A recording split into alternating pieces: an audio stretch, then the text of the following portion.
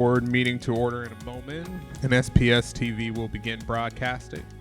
For those joining by phone, please remain muted until we reach the testimony period and your name is called.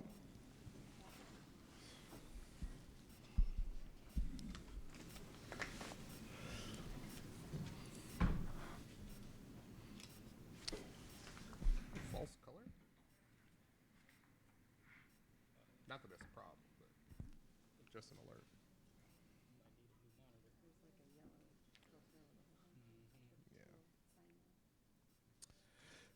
This is President Hersey. I am now calling the August 30th, 2023 regular board meeting to order at 4:15 p.m. This meeting is being recorded, and we would like to acknowledge that we are on the ancestral lands and traditional territories of the Puget Sound Coast Salish people. Ms. Wilson-Jones, the roll call, please. Director Hampson. Here. Director Harris. Present. Vice President Rankin. Here. Director Rivera-Smith. Director Sarju is unable to attend. Director Song-Moritz. Present. And President Hersey. Here.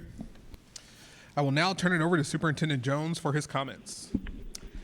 Good evening, everyone, and welcome back. I hope you've all had a rejuvenating summer break, and for myself and my team, it's been a very productive summer. Staff have been hard at work teaching summer school programs, conducting trainings, preparing materials and classrooms for the new school year.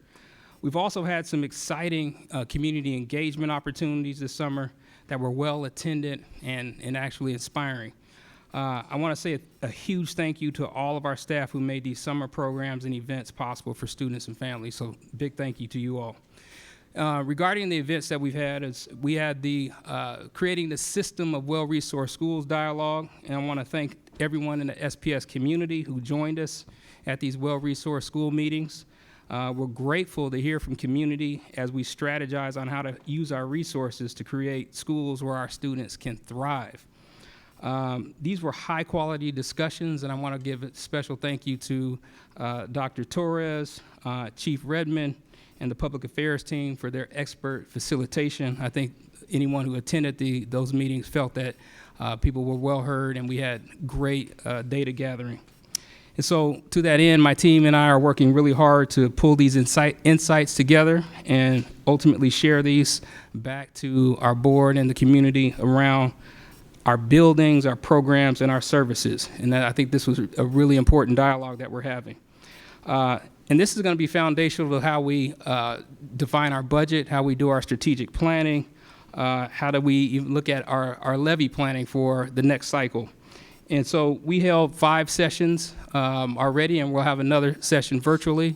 We were going to have one Tuesday night last night, but due to an overwhelming response, we had to go back and reset so that we can have the capacity to make sure that we can accommodate all the interest in the well-resourced school dialogue. So that next meeting will be September 26th, and we hope to see you all online. Regarding progress monitoring, that's something that we do on a regular basis now, and this evening we'll intro elements of my evaluation and share how it's aligned and integrated with our goals. But we'll also have the opportunity to dig into our data on college and career readiness. That's what we reference as Goal 3. We'll be joined by our coach, A.J. Craybill, Accountability Officer, Ted Howard, Assistant Superintendent for Academics, Dr. Mike Starosky, and they'll be the main presenters for tonight. We're excited to continue enhancing these.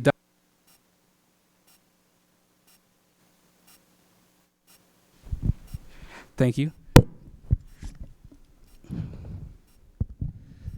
So we're going to have these dialogues around student data and strategy for achieving our goals. And it's important that we do this, that we're transparent, that we do this so everyone knows what our key goals are. And for those of you who aren't familiar, we're focused on 3rd grade reading, meeting standard at 3rd grade reading, meeting standard for math in 7th grade, and being college and career ready, which means taking advanced courses in high school and having adequate credits to not only graduate, but to be prepared to take on the next steps. Something else that we are preparing for this next school year is my team and I have been hard at work preparing for the school year, and part of that has been negotiations with our labor partners. As an aside note, believe it or not, we have at least 17 bargaining agreements in our district. And the collective bargaining agreement with the Construction's Trade Council is on this evening's agenda. We're also still in active conversations with our labor partners with Local 302. And those folks in orange represent that group. And these are our food service, custodial, security staff, really important for the essential work that we do in our schools. I want to recognize how important they are to what we do on a normal basis. They're part of the fabric of everything. And so I know we're in a space where we're in bargaining right now, but wanted to make sure that this group knows that we respect and admire what you do on a daily basis. So we're working on a contract to make sure that people are fairly recognized in terms of pay, in terms of recognizing their contributions, and we're doing it in the backdrop of a tough financial situation. So we know that we're working hard, and both parties are at the table trying to get to ultimately an agreement. And so in case we don't get to an agreement, which I claim that we will, we all have to work on contingency plans in case that doesn't happen, but we're looking forward to opening school on next Wednesday with everybody on board. So with that said, September 6th, that's the day we're starting 180 days of excellence. That's when school starts. That's the most exciting day for me, at least, mostly for our educators and staff. I think that's a very exciting day. We're going to make sure that we welcome our new students, and I think about the 5-year-olds that are coming in, the new kindergartners and the new families that are coming forward. This is why that day is so exciting, September 6th. And so we're looking forward to that. And so we want to welcome them back into our buildings with open arms so that we can start them on the process of thriving. A couple more points. I just want to make note that we are welcoming new student board members. We've had 3 new board members that are coming on board. One is actually a returning. That's Luna, and then we have Lola and Ashush. They're going to be with us throughout this year, helping to guide us using student voice, helping us to shape our decisions, helping us to develop new strategies, helping us to abandon strategies that aren't working, helping us to adopt strategies so that we make sure we're doing right by our students. And so we had an opportunity to honor them and to recognize them today as we had a moment for them to be sworn in. And so also, lastly, we're looking at budget. Budget is always an issue. At least it's been that way for the last couple of years. We have a calendar that we'll share with you. Assistant Superintendent Buttleman has a calendar that he's going to share with the board here soon around what does this year look like? How do we get to a reconciled budget?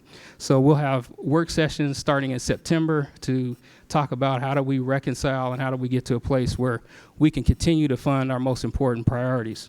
And so without further ado, I'm going to give it back to President Hersey and look forward to their meeting time today.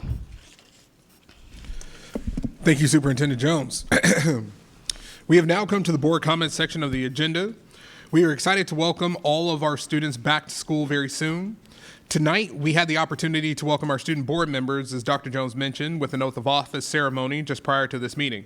We look forward to having Luna and Ayush and Lola join us throughout the year and help provide incredible and critical insight into the way that we do our business and including student voice. Tonight's meeting marks the first regular board meeting for the year, but we kicked off this board year with a retreat on August 9. We discussed our work plan, which serves as a roadmap for what our policies and laws charge us with doing this year, and I'll touch on what's underway and coming up in my comments each meeting.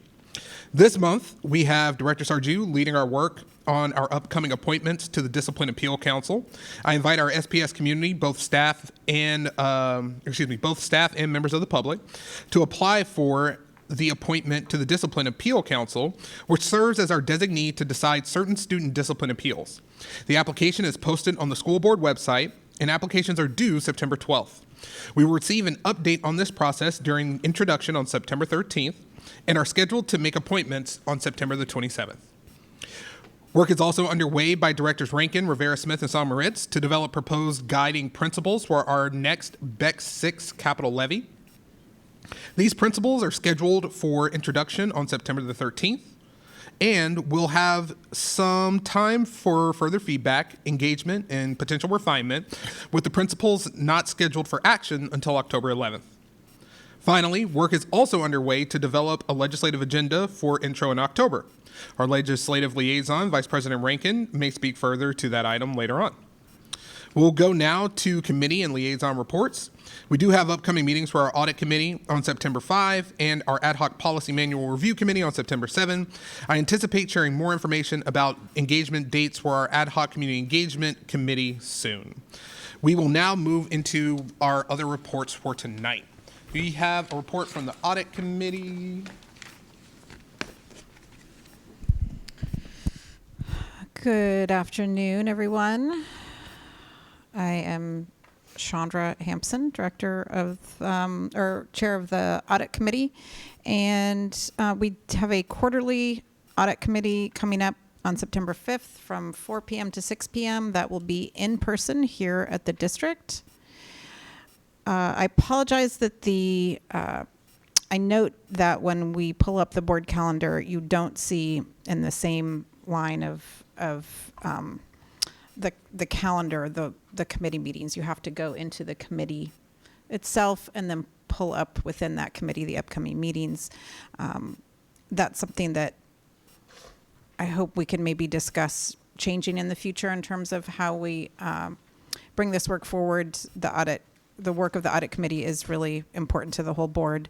Encourage everyone to attend. It will be an extremely robust agenda with everything from audits on communications to teaching and learning, having discussions about the management's response to the recommendations in those meetings. We'll also be discussing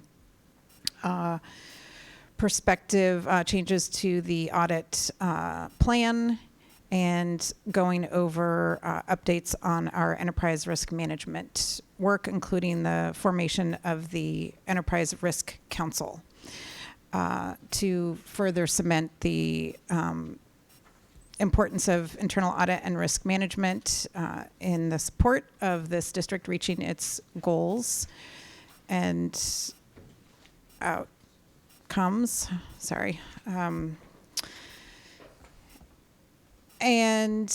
We'll further be have the opportunity to review the one-pager that we did around internal audit and the connection between external audit, the superintendent, school board, and enterprise risk management, and how the importance of those items and how they work together. So I encourage people to attend. Obviously, there will be the opportunity to attend virtually as well. And the agenda for that should post by Friday, I believe. And then other than that, I do want to give a shout out to, I don't know if anybody else watches the World Series, the Little League World Series specifically, but Northeast Seattle was represented in the Little League World Series, making it to some of the final games in the playing for the U.S. Ultimately, a team from California, El Segundo, prevailed and ended up playing Curacao in an extremely exciting game for the final. But Northeast Seattle Little League made it really far, played really hard with a lot of passion, a lot of exuberance and positivity. It was so exciting and made me so proud to see them making it that far, and just all the kind of the spirit of the whole thing. Hopefully we'll see the same attention played to softball as well at some point in the future. Although there was one girl representing on the Southeast representing team. But I just want to say congratulations to Northeast Seattle Little League All-Stars for getting so far, and thank you for your hard work and commitment, and to the coaches. I think that was a highlight of my summer to see that happen. And then hopefully, I know we had 2 additional board members attend tribal consultation trainings this week, and so I don't know how many that leaves, maybe 2 or 3 of you left to go. Really want to have folks all trained up so as much as possible before we bring the ultimately our a pretty complex tribal consultation policy forward. I've been working very hard to put into place everything that was learned from convenings. We had our follow-up meeting on the government to government task force last week and talked about all of our learnings from that and how that will go into policy. We will be doing a presentation at the WASDA conference in October, that team from the government to government task force. So if directors have any additional questions about that, I don't currently have, I think Director Rivera-Smith is the only other one that has seen the original draft policy, so there are at least 2 other directors that if they want to take a look at the policy and provide edits, they're welcome to. I think that's it from my seat. Thank you. Thank you. Next, we will go to our ad hoc policy manual review and legislative liaison report. Thank you. So just jump right into it. So for the Policy Ad Hoc Review Committee, our next meeting is on September 7th. We've met a couple of times over the summer, and just to kind of give a quick review of what we're doing is we have a lot of policies in the policy manual for Seattle Public Schools, and we're looking to create a tool to help us assess why we have each policy and how it serves us so that we can ultimately get to a place where we have a policy manual that can be reviewed regularly, so that that's really our power as a board, is to write and adopt and approve policy that gives direction to the superintendent on behalf of the community. And our policy is full of policies that haven't been really evaluated or used in any way of accountability since a decade or more ago. So our first step, and where we're about to close out on, is developing our tool to score our policies into some different distinct categories, and we'll use that to assign each policy, and then we'll go from there. So the next thing that will come before the full board will be a work session to walk the full board and anybody watching through our recommendations as a committee for what that tool looks like, and get a thumbs up to hopefully continue in the work and actually use the tool to evaluate all our policies. So that's that. From the legislative liaison side of things, where we are right now in the legislative process is, we had a state legislative session this winter into spring that was what's called a long session, because it was a budget setting session. So the state sets their budget for 2 years. Districts are required to approve and submit their budgets annually, but the amount of money coming from the state is set every 2 years and remains that way. So we're at the point in the process now and preparing for the 2024 short session, where we and other organizations set our priorities as an organization. And by setting the priorities, they'll come to the full board for approval. And if approved, that gives our collective direction to the superintendent and the district on our highest priorities of advocacy. So right now, I'm in the stage of working with staff to identify any staff priorities, any capital or other supplemental asks, because we can ask for all the funding increases that we want, but they will not be preparing a new budget. The budget has been set. So the off cycle years, or the short session years, are more focused on policy and legislation and any kind of supplemental budgets. But previous session, we got the largest increase in funding from the state for special education in state history. So while that was great, that's a start, and also I do not anticipate anything more significant in the coming year, since they have already set their budget for the coming year, or for 2 years. So, but there's still a lot of work to do and a lot of priorities that we can push on. So I'm working with staff now to identify any specific priorities for the supplemental budget, and then also we'll be, looking to our priorities from last year and doing some engagement with community partners involved in education and with children to see how we align, if there's something we're missing, and then bring it to the full board for feedback and then approval. And then that sets our legislative platform. So because the budget isn't the focus, one of the other pretty significant student impact bills, the last session that didn't make it through was on isolation and restraint. I anticipate that still being something that is not losing importance. And there's a lot of work to do around. I actually I had the opportunity earlier this week to attend a roundtable discussion with the U.S. Department of Justice Civil Rights Division, and they are focusing on. It's called seclusion at the state level. We call it isolation. And just to be really clear, this doesn't mean just a child taking a break. This is very specifically about isolating, secluding forcibly a child into any kind of space where they cannot voluntarily leave and when they're alone. Some schools across the country and the state have rooms designed specifically for this purpose. They're literally padded cells, but there are, closets get used for this. Doors are removed, and people still use, padded gym mats to isolate children. So I just want to be really super clear that we're not talking about like a little calm down area.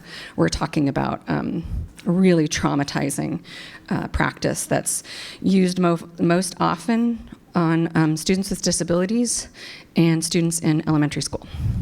So it was, I don't want to say exciting because I wish I didn't have to go to it, but it was meaningful to be part of a conversation at the federal level about this as a civil rights issue, as a discriminatory issue, because it is used most often against students who have disabilities, and that limits their access to education. So you can report. Anybody can report. If you go onto the DOJ website, Civil Rights Division, you can report it. There's just a lot of good work happening and people coming around really seriously addressing this as not just a moment of acute emergency, but how do we create environments in our schools? How do we bring the supports in and make sure that the adults have what they need so that we don't get to the point where this seems like the only option. So yes, connected to all of those things, we also have coming up, I'm our WASDA, which is the Washington State School Director Association. I am our board's legislative liaison for that. And so I will be going as our voting delegate to Spokane in about a month.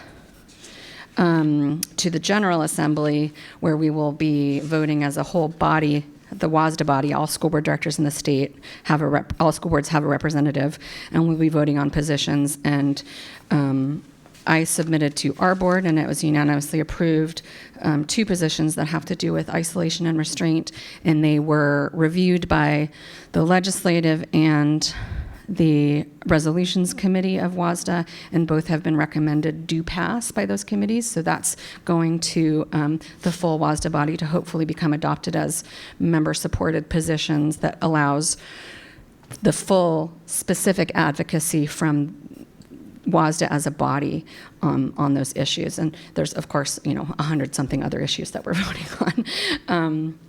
And also somewhat connected are what President Hersey mentioned about the principles for the Bex levy.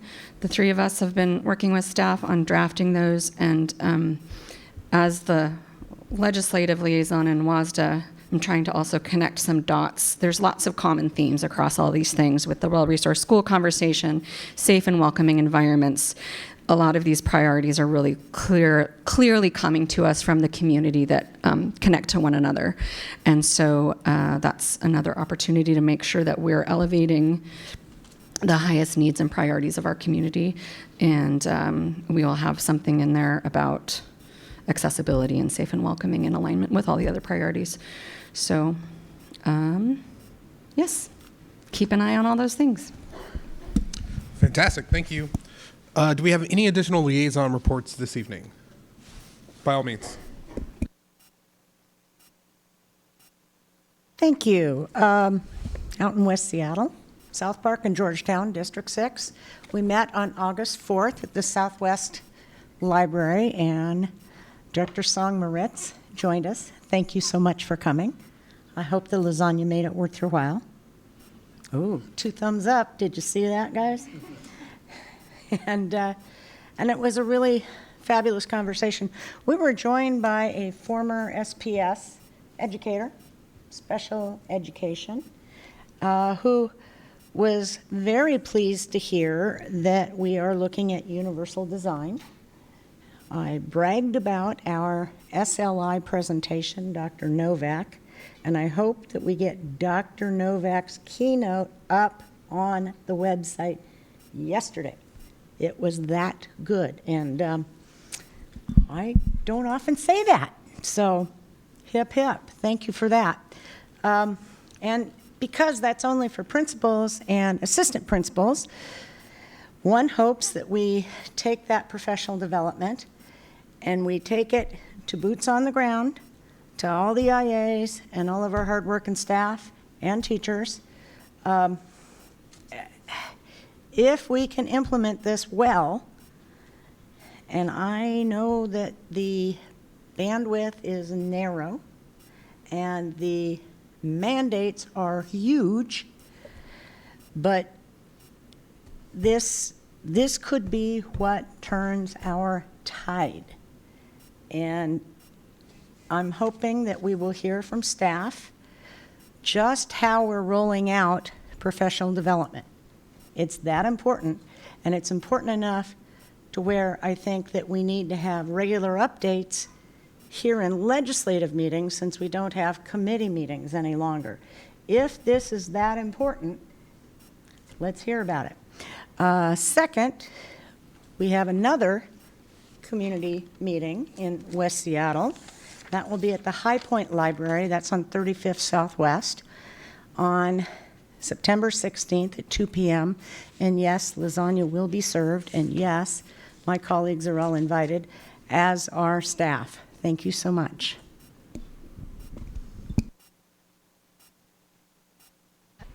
Just a quick update from the Capital Levy Oversight Committee.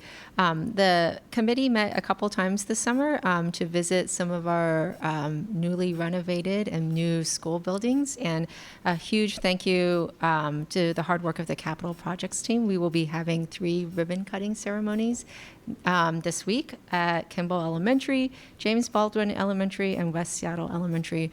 And of course, thank you to the Seattle voters for approving the levy so that we can create these welcoming and inspiring spaces for our students. Finally, do we have any additional board engagements for us to discuss tonight? All right, thank you.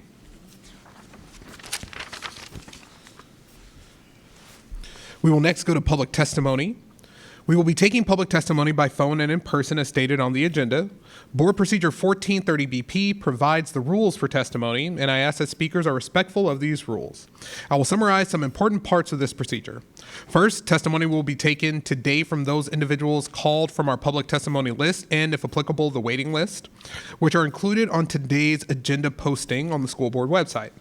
Only those who are called by name should unmute their phones or step forward to the podium, and only one person should speak at a time. Speakers from the list may cede their time to another person when the listed speaker's name is called. The total amount of time allowed will not exceed 2 minutes for the combined number of speakers. Time will not be restarted after the new speaker begins, and the new speaker will not be called again later if they are on the testimony list or waiting list. Those who do not wish to have time ceded to them may decline and retain their place on the testimony waitlist. The majority of the speaker's time should be spent on the topic they have indicated they wish to speak about. The board expects the same standard of civility for those participating in public comment as the board expects of itself. As board president, I reserve the right to and will interrupt any speaker who fails to observe the standard of civility required by Board Procedure 1430 BP. A speaker who refuses or fails to comply with these guidelines or who otherwise substantially disrupts the orderly operation of this meeting may be asked to leave. Ms. Koo will read off the testimony speakers. Thank you, President Hersey. A quick logistical note, speakers joining us by phone, please remain muted until your name is called to provide testimony. When your name is called, please be sure you have unmuted on the device you are calling from, and also press *6 to unmute yourself on the conference call line. Each speaker will have a 2-minute speaking time. You will hear a beep when your time is exhausted, and the next speaker will be called. The first speaker on the list is Chris Jackins.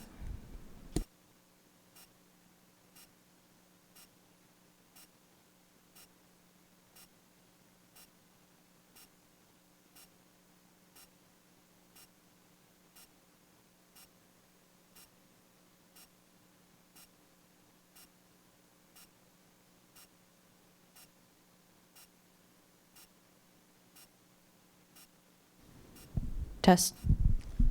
Thank you. My name is Chris Jackins, box 84063, Seattle 98124. On the $693,000 cost increase on the athletic field project at Madison Middle School. 3 points. Number one, the contract was executed in March, even though the district knew costly changes would later be needed.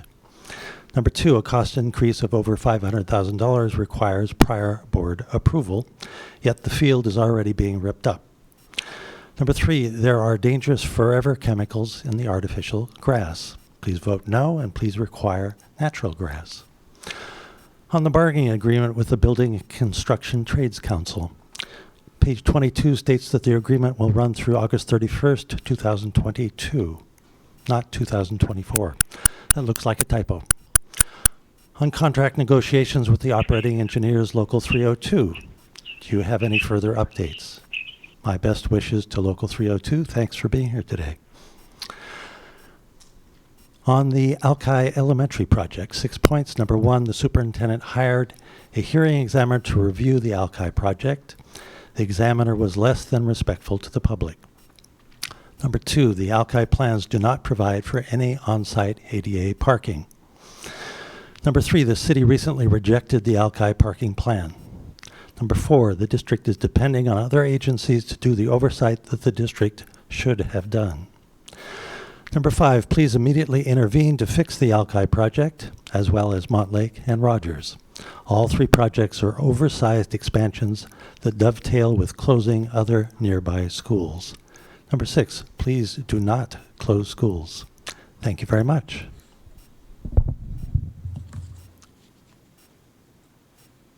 The next speaker is Brenda Gonzalez.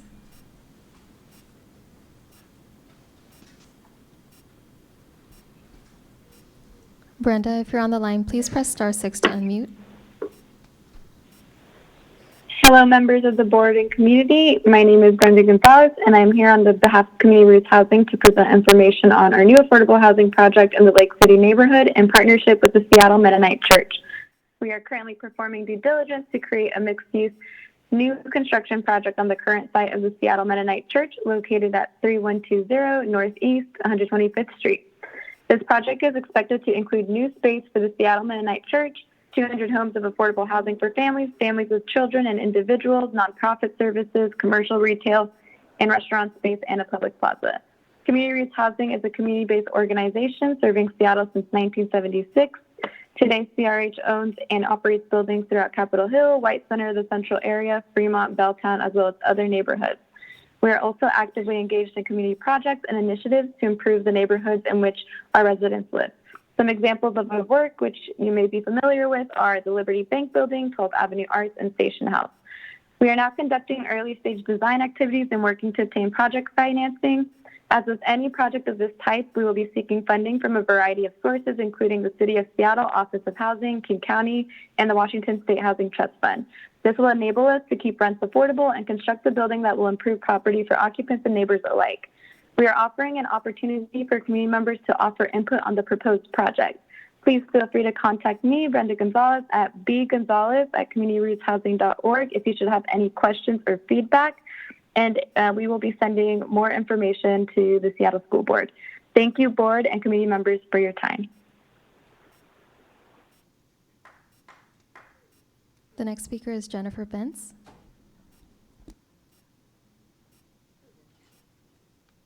Hello? Yes. My name is Jennifer Bentz. I have worked for the school district for 11 years. I currently work as a leads ground in the north area of the school district.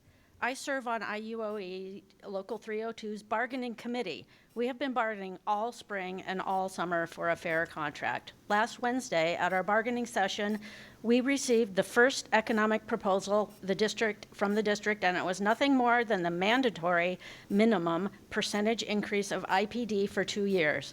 We then had to beg and plead for an explanation as to the why behind such a disrespectful offer.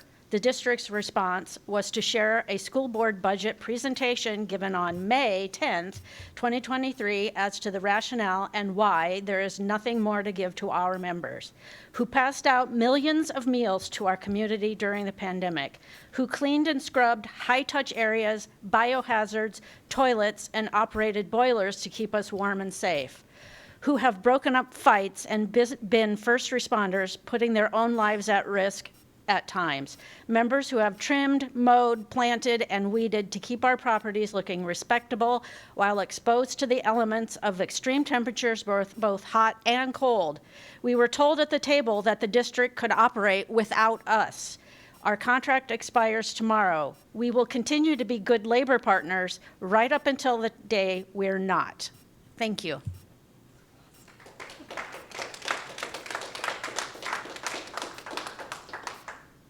The next speaker is Nancy Buren.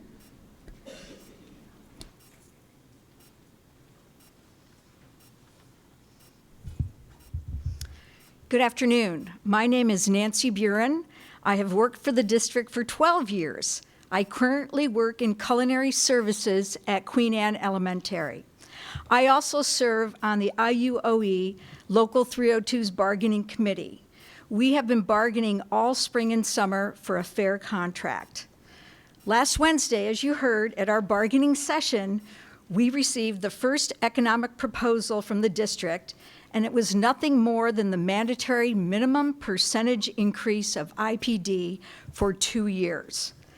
We then had to beg and plead for an explanation as to the why behind such a disrespectful offer. The district's response was to share a school board budget presentation that was given on May 10th, 2023, as to the rationale and the why there is nothing more to give our members. Our members who have prepared and passed out millions of meals to our community during the pandemic. Our members who cleaned and scrubbed high school, high-touch areas, biohazards, toilets, and operated boilers to keep the students and staff warm and safe. Our members who have broken up fights and been first responders, putting their own lives at risk at times. Our members who have trimmed, mowed, planted, and weeded to keep our properties looking respectable while exposed to the elements of extreme temperatures of both hot and cold. We were told at the table that the district could operate without us, Our contract expires tomorrow. We will continue to be good labor partners right up until the day we're not. Thank you.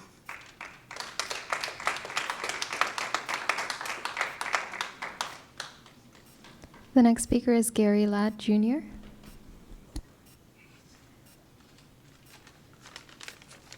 Good evening.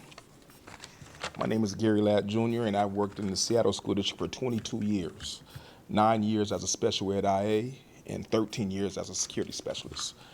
Also, I am an alum at Rainier Beach High School, and I've been working at Rainier Beach High School for 7 years, and it's been wonderful. I've served on the IUOE Local 22 Bargaining Committee, and we have been bargaining all spring and summer every Wednesday, and it's been a great experience. Last Wednesday, at our bargaining session, we received the first economic proposal from the district, which was nothing more than the mandatory minimum, as my team member says, of the IPD for 2 years, something that's been hard for us to do for years since the pandemic. And we've been doing that same IPD for years. That's what we get, everything spoon-fed of the same contract every year. We then had to beg and plead for an explanation as to why behind such a disrespectful offer, as my peers say, especially as we was labeled as essential workers in a pandemic, in a worldwide pandemic where we had to go to work or else. Our district response was to share the board budget presentation given on May 10th, 2023 as to rationale of why there's nothing more to give to our members to be prepared. Culinary arts, our culinary got 30 seconds. Culinary, who passed out millions of meals to our community during the pandemic. Our custodian, who cleaned and scrubbed and worked in the schools every day and make sure that our schools were clean. Safety and security, and our alarm desk, who comes to work every day nonstop and is very consistent. And our garden grounds who members who trim, mowed, and worked on the school grounds and at football stadiums. And thank you.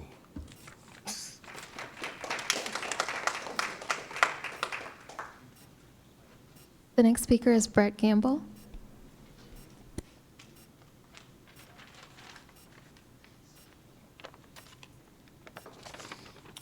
Good evening. My name is Brett Gamble. I work for the district for 8 years. I currently work as a custodial engineer at Highland Park Elementary. I also serve on IUOE Local 302 Bargaining Committee. We have been bargaining all spring and summer for a fair contract. Last Wednesday at the bargaining session, we received the first economical proposal from the district, and it was nothing more than the mandatory minimum percentage increase of IPD for 2 years. We then had to beg and plead for an explanation as to the why behind such a disrespectful offer. The district's response was to share a school board budget presentation given on May 10th, 2023, as to the rationale and why there is nothing more to give to our members who pass out millions of meals to our community during the pandemic, who clean, scrub high-touch areas, biohazards, maintain the cleanliness of our restrooms, and operated boilers to keep our staff warm and safe, who have broken up fights and been first responders, putting their lives at risk at times. Members who have trimmed, mowed, planted, and weeded to keep our properties looking respectable while exposed to the elements of extreme temperatures, both hot and cold. We were told at the table that the district cannot operate without us. Our contract expires tomorrow. We will continue to be good labor partners right up until the day we are not. Have a good evening.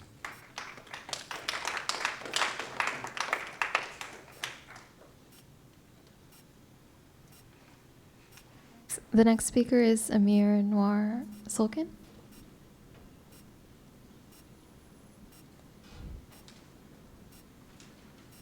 Amir, if you're on the line, please press *6 to unmute.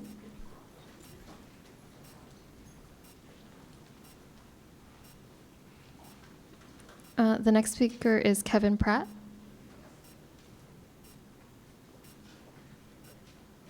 Kevin, if you're on the line, please press *6 to unmute. The next speaker is Michael Sawaroth.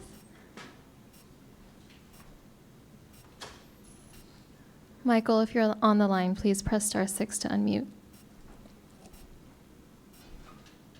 The next speaker is Laura Marie Rivera.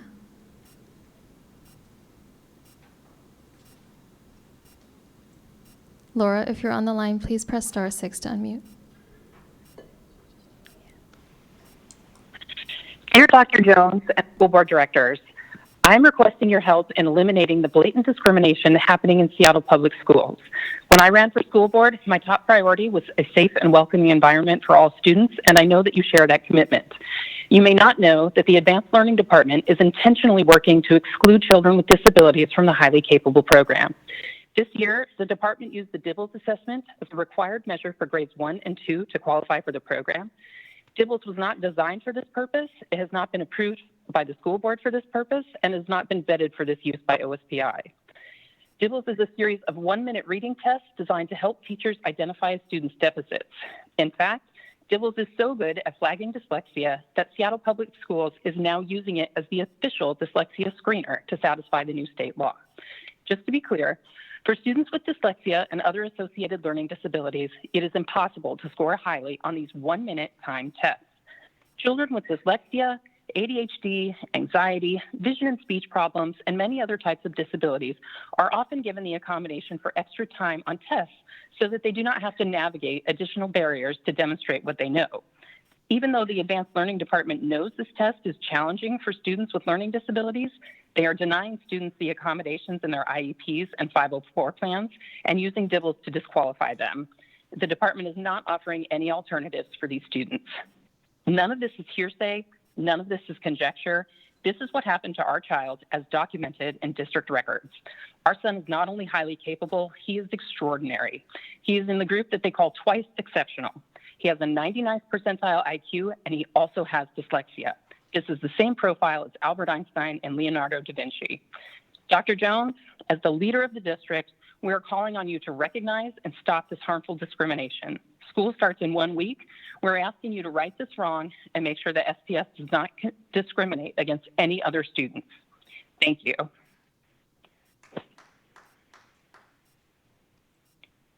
The next speaker is Muammar Hermanstein.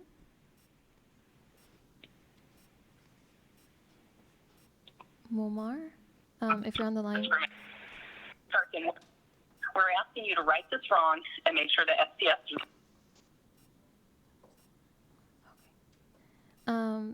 Muammar, if you're on the line, please press *6 to unmute. The next speaker is Brian Ramirez.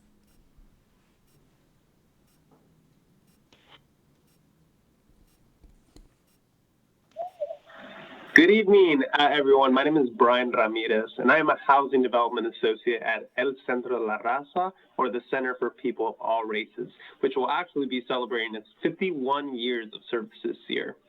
On behalf of our Executive Director, Estela Ortega, and everyone at El Centro, I would like to announce that we, in partnership with Edge Developers, plan on developing an 84-unit affordable housing community in the North Beacon Hill neighborhood of Seattle. The affordable housing community will include a mix of studios, 1-bedroom and 2-bedroom units, and intends on serving individuals and small families. The intended development is located across the street from El Centro's historic building and community-inspired, transit-oriented Plaza Roberto Maestas and the Beacon Hill Light Rail Station. Its proximity to El Centro's Beacon Hill campus will guarantee residents access to the organization's 43 programs and services, including emergency and human services, child and youth programs, financial education and asset building programs, housing and economic development programs, community organizing and advocacy programs. El Centro and Edge Developers currently have site control of the project site and are actually in the process of applying for funding sources, including the City of Seattle Office of Housing. We welcome engagement from the Seattle School Board and the community as we continue through the development process. You can reach me if you have any questions at bramirez@elcentrolaraza.org, or you could shoot me a call at 206-957-4625. Thank you so much for your time. The next speaker is Debbie Carlson.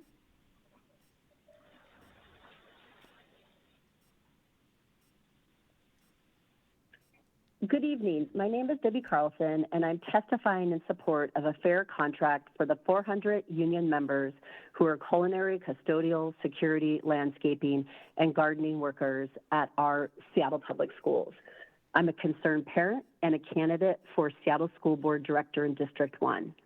Once again, we are on the verge of an unnecessary strike that could disrupt the return to school and impact the services our students need. This isn't the fault of workers who seek a fair contract. It is clear that SPS has a fundamental problem in managing its labor relations, and it needs to be fixed. I read in Westside Seattle today that SPS did not even give an economic proposal to Local 302 until last week. That's unacceptable, and it's late. It doesn't give enough time to ensure a contract is done before school starts. We've seen the same problems with other bargaining. Nearby districts like Bellevue and Highline get their contracts with their educators done early at the beginning of the summer, but we don't. As a result, nearly every contract negotiation with our educators since at least 2012 either led to a strike or nearly led to a strike. I don't blame educators or workers for this. The common factor here is SPS management. When we leave it to the end of the summer to negotiate a contract, we wind up rushing to get it done. We get contracts that don't make anyone happy. Neighboring districts have shown that with a more collaborative process, we can get better outcomes. That's especially important when we have to be extremely careful with our dollars. We need the board to step in and fix SPS' broken approach to labor relations. This is too important to keep getting it wrong. I implore SPS management to settle a fair contract with Local 302 and ensure that this school year starts on time. Thank you.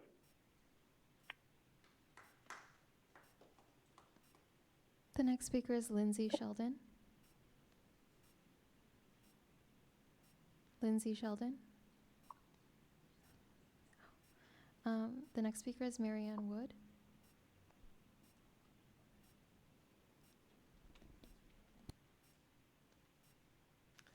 Good afternoon, everyone, and thank you for being here. My name is Marianne Wood, and I am currently running for School Director, District 6. And out in my district, okay, number one, I want to say I'm in complete solidarity with 302, and I hope that this works out for them. I just want to throw my support behind that. But in my district, one of the hot button topics is the rebuild down at Alki.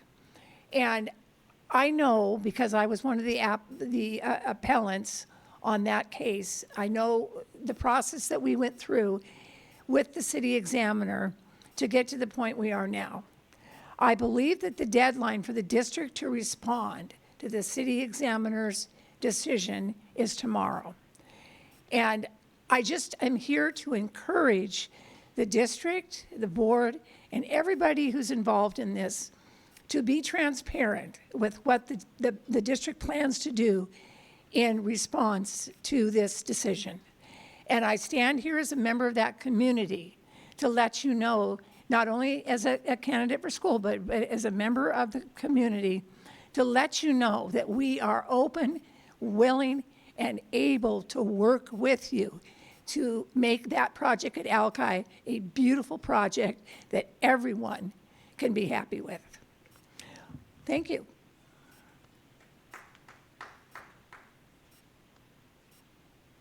Before we conclude today's testimony, I want to go back and check on those who may have missed their turn. The first is Kevin Pratt. Kevin, if you're on the line, please press *6 to unmute. The next is Amir Noir Sulkin. Amir, if you're on the line, please press *6 to unmute. The next is Michael Sewarath. Michael, if you're on the line, please press *6 to unmute. And the last is Muammar Hermanstein. Muammar, if you're on the line, please press *6 to unmute.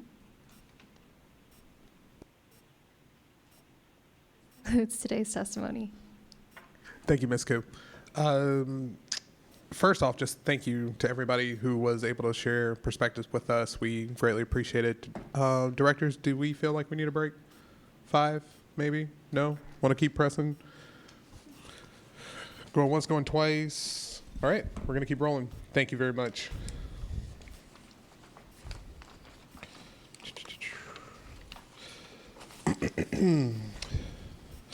All right, we have now reached the consent portion of today's agenda. May I have a motion for the consent agenda? I move approval of the consent agenda. Approval of the consent agenda has been moved by Vice President Rankin and seconded by Director Song Moritz. Do directors have any items that they would like to remove from the consent agenda today? Director Harris? I would like to remove numbers 6 through 12, kind sir. 6 through 12. Thank you. Okay. Any other items to be removed from the consent agenda? Okay, seeing none, may I have an amendment, or excuse me, a motion for the consent agenda as amended? I move approval of the consent agenda as amended. Second. Thank you. This has been moved by Vice President Rankin and seconded by Director Song Moritz. All those in favor of the consent agenda as amended, please signify by saying aye. Aye. Aye.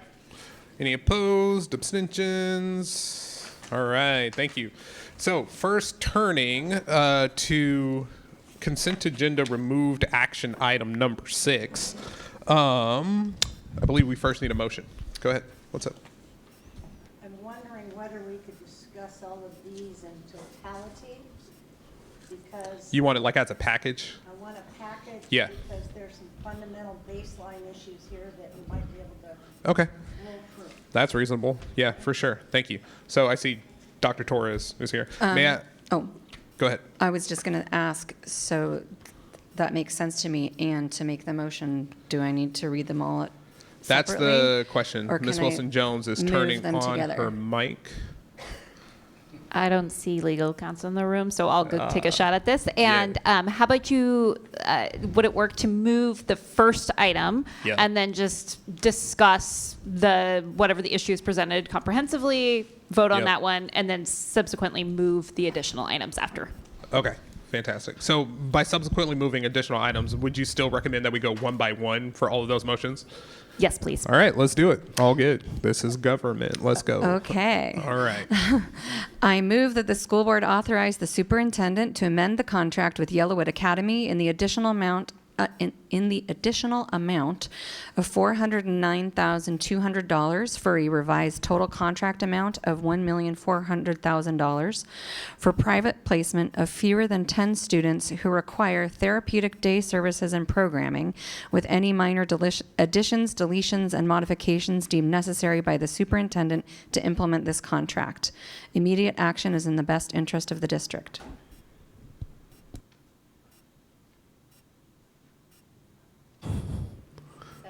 Thank you. All right, this has been moved and seconded. Director Harris, you got questions? And thank you, Dr. Torres. Comment and several questions. Would you like those questions all at once or piece by piece? Let's go all at once, and I'll get them down. Deal. Can I ask, just for the sake of folks listening at home, that we do one by one, just so like we can I'm- track properly? Is that okay? Thank you. Sorry to be. Yep. Nope, nope. Yep. Concern that these all have come intro and action, and these contracts are no surprise because we've been doing these contracts year after year after year. And for very many years, we have talked about bringing some of these services in-house. And we have heard nothing with respect to any efforts to move these services in-house. And I well appreciate you haven't been here for year after year after year. But institutional knowledge is really important, I think. History, don't know it, consigned to repeat it. We teach our students that. And I think that we all can recall the Seattle Times expose about Northwest Soil, who, for the record, we do not do business with. And the Seattle Times forgot to mention that as they slimed every school district in the state. And did a pretty good job sliming OSPI as well, for lack of oversight. This is a whole lot of money, and if we need to spend it to take care of our students that have special needs, I get that. But being given 6 different resolutions that add up to millions and millions of dollars with no real identification of what different services each of these third-party providers provide and why a student with their IEP is going to Yellowwood as opposed to Perch. I'm having trouble with this. I'm having trouble with being asked to vote on something that is several $million, but more importantly, disrupts families, and we don't appear, and if we have, please edify me, because this is a continuing annual request, and I don't beg well. And we can't talk about this in SSC&I because we don't do SSC&I any longer. And I don't relish being up here on the dais being critical here, because I know y'all are working hard. But we were voted to oversight. This is not my definition of oversight. So if you could help me, please don't do that. Not appropriate, not appreciated. It's hard enough up here to speak truth to power without people doing that. Please knock it off. And because I can't even have board comments, I can't tell you what I think about your darn testimony, and I've got plenty to say, believe you me.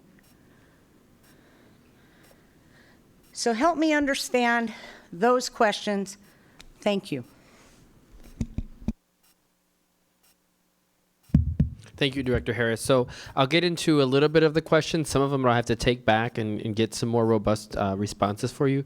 But for example, when you think about how some students end up at different placements, like why a Yellowwood versus a Perch versus et cetera, in some cases what it comes down to is just availability of seats. So we are not the only school district with kids with very high needs, and so there are times where the programs would be quite similar in what they're doing as far as therapeutic supports, but that it has to be basically where we can find the seat, and that's why we have multiple vendors that we use. I hear the concern around how and why these aren't brought into our schools as regular, just standalone programs. And I think that's bigger conversation for me in the special education department to have as to the what, the how, and the why. My understanding is in the past we've tried to do some of this stuff and it wasn't always the most successful. So there's some more historical background knowledge and data gathering that I would need to do on something like that.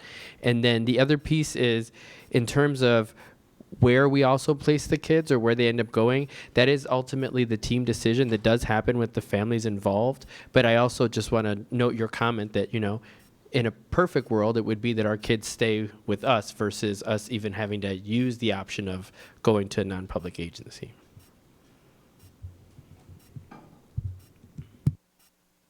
We worked with surrounding districts or OSPI to put together a consortium to bring these services in-house. Have we gotten creative here as opposed to doing the same thing every year, asking the same questions, and not getting any answers or forward movement? I hear you, and I will say that the list that we usually get for these places, a lot of times these are OSPI approved vendors, but duly noted on instead of, and let me know if I'm not hearing you correctly, instead of merely going to the OSPI list, why not work with the surrounding Puget Sound schools and OSPI to say, why aren't we creating something different that is part of the public system? So as far as I know, those conversations have not occurred, but more than willing to raise it up and begin conversations to see. Get some feedback on those efforts. That I'll have to, I'm sure I can get you guys an update, but I would say let's start school next week. So give me about a month or so, and I'll be able to get you some sort of email just saying, hey, I've started the conversation, we're looking into this, and get you some updates. Much appreciate. Absolutely. I would say that this has the potential to be connected to the legislative platform. There's definitely some crossover here with other priorities, and if there needs to be state level advocacy to create something where districts are providing this in-house, could be tied into a legislative thing. I also wanted to mention that I know that. I would say like 6 or 7 years ago that I probably would have said, like, why are we contracting this stuff out? Why are we doing that? And now I know that there are a lot of families actually that have fought very, very hard to be placed and have access to a program because their child has not been served in our system. And that this issue of outside contractors is not a problem if it's not a problem for our students. So I just kind of want to say, if there's a need that a student has and we are unable to provide it here, we're still required to provide it in some way. And that's where these come in. It would be absolutely ideal if every student could be served at our schools. But I also know that the, therapeutic day services and other specialized support are not what educators are trained to provide, and to ask them to, when we have, special education IAs, and we have special education instructors and behavioral coaches, et cetera, and that's all connected to accessing curriculum and providing instruction. So especially with as many issues as there are of, not just in SPS, but in general, of the misuse of things like isolation and restraint, because because the need of the student or the situation is something beyond what they're expected to do. I guess I would just say that like I feel comfortable saying most people that are going to these outside services would prefer that services were available for their child at their neighborhood school, and then they could be included members of their community. And that when we have children who are not being served and are in fact being harmed, they need a place to go, and that's still on us to pay for. So I just hope that we're not kind of putting everything in the same bucket, that ultimately the most important thing is serving our students.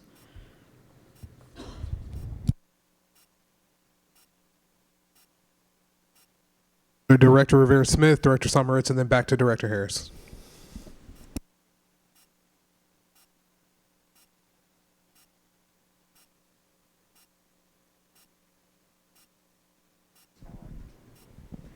Testing? Okay, thanks. Awesome. I'm looking at the fiscal section of this bar, and this has been a question because as Director Harris noted, every year we approve we have these contracts before us. Every year, as far as I recall, we approve them. And I think I've always asked this question too in the committee, because it says that the revenue source for this motion is state special education funding, including safety net for extraordinary high cost needs. We all agree, I think, and know that we are not fully funded for our educational needs in our district. So does this money I've always been told we're a pass-through. The money comes to us, we pay it to these vendors or these contractors. Is that reliable? Do we get the full funding for these to pay it back? Because it is millions of dollars. And I'm concerned if we don't get the fully funding for this, that we're left paying this out of our general fund. Yep. So in general, we apply for it through Safety Net. So I'll give you a little bit of a trend analysis or historical perspective.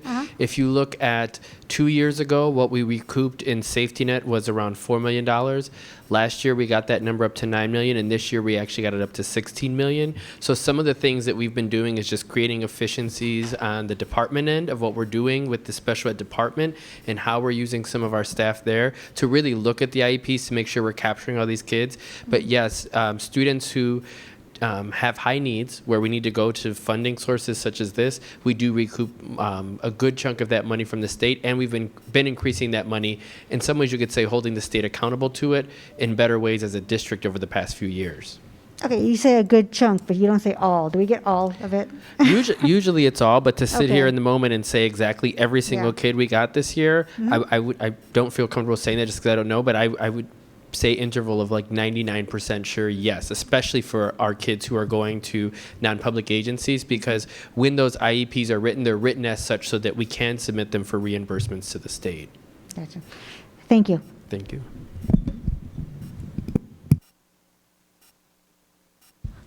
Thank you for that explanation. I had a similar question to Director Rivera-Smith about the safety net. I have a tactical question. For some of the bars, you include the number of students who will be receiving services from these contractors, but then some bars doesn't mention how many students will be receiving services from that contractor. Is there a reason?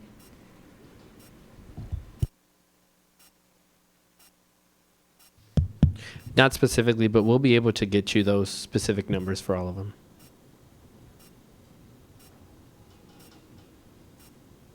I just wanted to respond to Vice President Rankin's comments.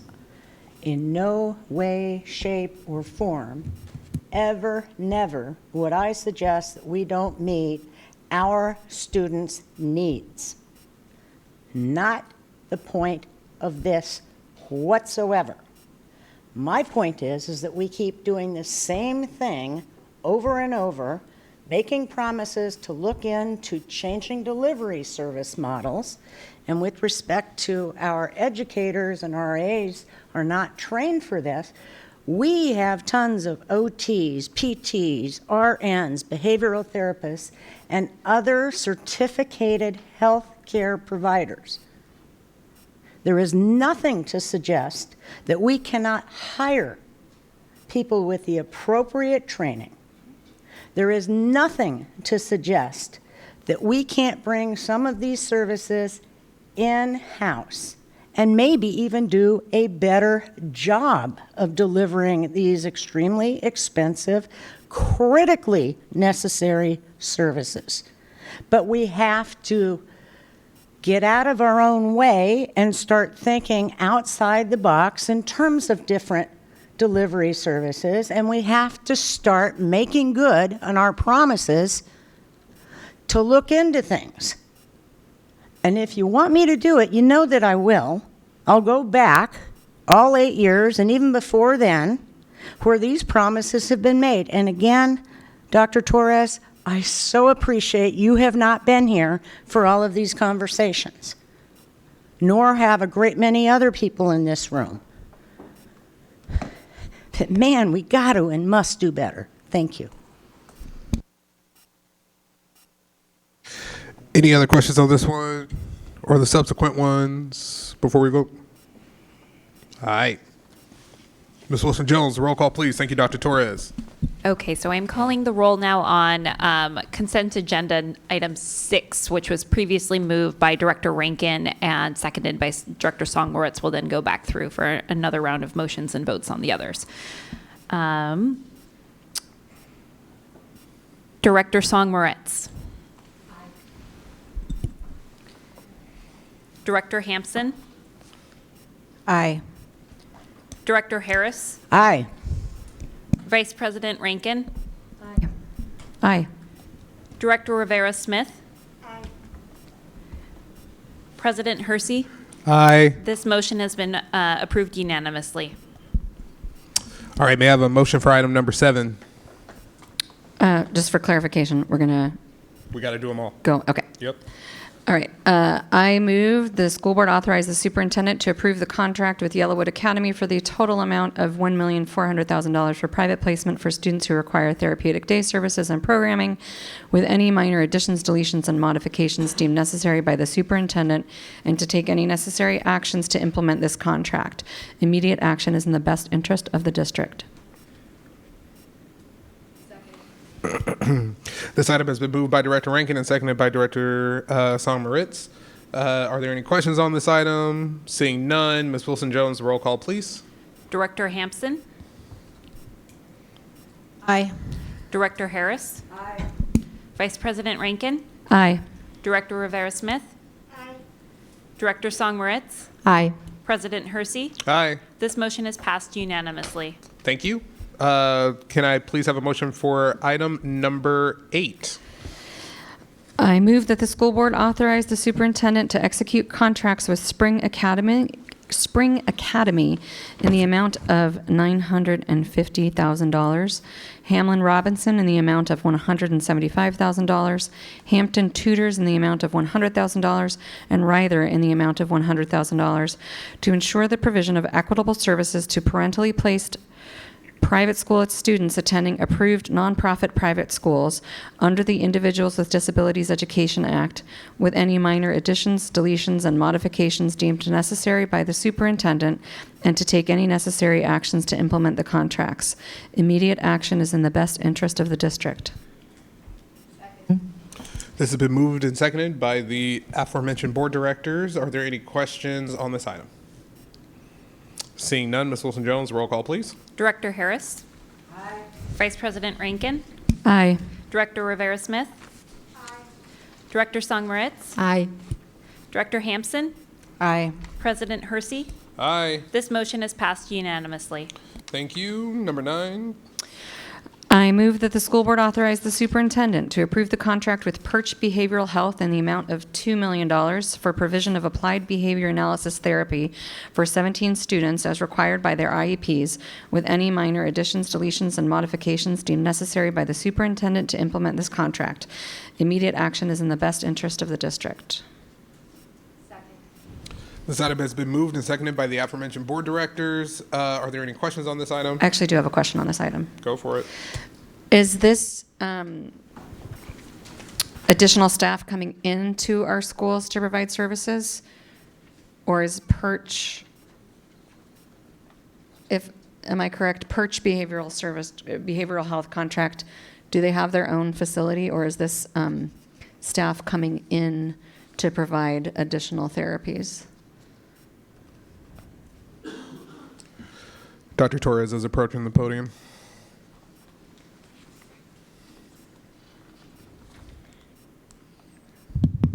In general, it is the additional staff, and I would need to check the actual IEPs for those students because it could be a mix of both, essentially. So this is specifically for ABA, and that would be if ABA was indicated specifically in their IEP. Mm-hmm. Okay, Mm-hmm. thanks. Oh, sorry, applied behavior analysis. Okay. Any other questions on this item? Seeing none, the roll call, please. Vice President Rankin? Aye. Director Rivera-Smith? Aye. Director Song Moritz? Aye. Director Hampson? Aye. Director Harris? Aye. President Hersey? Aye. This motion is passed unanimously. Thank you. Item number 10, please.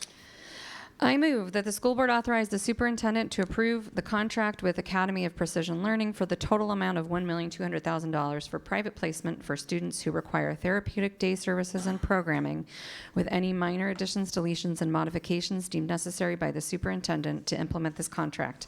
Immediate action is in the best interest of the district.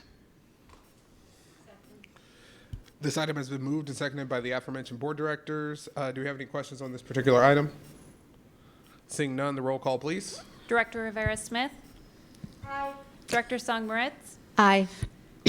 Director Hampson? Aye. Director Harris? Aye. Vice President Rankin? Aye. President Hersey? Aye. This motion is passed unanimously. Thank you kindly. Number 11. I move that the school board authorize the superintendent to approve the contract with Maxim Healthcare in the amount of $3,361,000 for provision of applied behavior analysis therapy for 30 students as required by their IEPs, with any minor additions, deletions, and modifications deemed necessary by the superintendent to implement this contract. Immediate action is in the best interest of the district. Second. This has been moved and seconded appropriately. Are there any questions on this item? Seeing none, Ms. Wilson-Jones, the roll call, please. Director Song Moritz? Aye. Director Hampson? Director Harris. Aye. Vice President Rankin. Aye. Director Rivera-Smith. Aye. President Hersey. Aye. This motion is passed unanimously. Fantastic. Number 12. All right, last one. I move that the school board authorize the superintendent to approve the contract with Gersh Academy in the amount of $1,400,000 for private placement of fewer than 10 students who require therapeutic day services and programming, with any minor additions, deletions, and modifications deemed necessary by the superintendent to implement this contract. Immediate action is in the best interest of the district. Second. Thank you. This has been moved and seconded. Do we have any questions on this item? All right, seeing none, Ms. Wilson-Jones, roll call, please. Director Hampson. Aye. Director Harris. Aye. Vice President Rankin. Aye. Director Rivera-Smith. Director Song Moritz. Aye. President Hersey. Aye. This motion is passed unanimously. Thank you. All right, we will now move to the action items on today's agenda. The first action item on today's agenda is action item number 1, approval of the 2022-24 collective bargaining agreement between the Seattle School District number 1 and Seattle King County Building and Construction Trades Council. May I have a motion for this item? I'm just here reading it to myself. I move that the Board of Directors approve the 2022-2024 collective bargaining agreement between Seattle School District Number 1 and Building Trades, and authorize the superintendent on behalf of the Board of Directors to execute the agreement in the form attached to the school board action report, with any minor additions, deletions, and modifications deemed necessary by the superintendent, and to take any necessary actions to implement the terms of this agreement. Immediate action is in the best interest of the district. All right, this has been moved and seconded by the same two directors as before. Do we have any questions on this? Or excuse me, we'll go. Do you have a presentation? I wouldn't expect you to. Not necessarily, but I do All want to take that opportunity to thank the members of the respective bargaining teams and also the public commentary with respect to finding that typo. Indeed. But if there's no questions, We might have questions. I haven't gotten there yet. Okay. Do we have any? Please, would you mind introducing yourself? Sorry. No Tina worries. Mead, Director of Labor Relations. Thank you. Sorry, Thank Director you, Ms. Harris. Mead. All good. Do we have any questions on this item? Go for it. Yeah.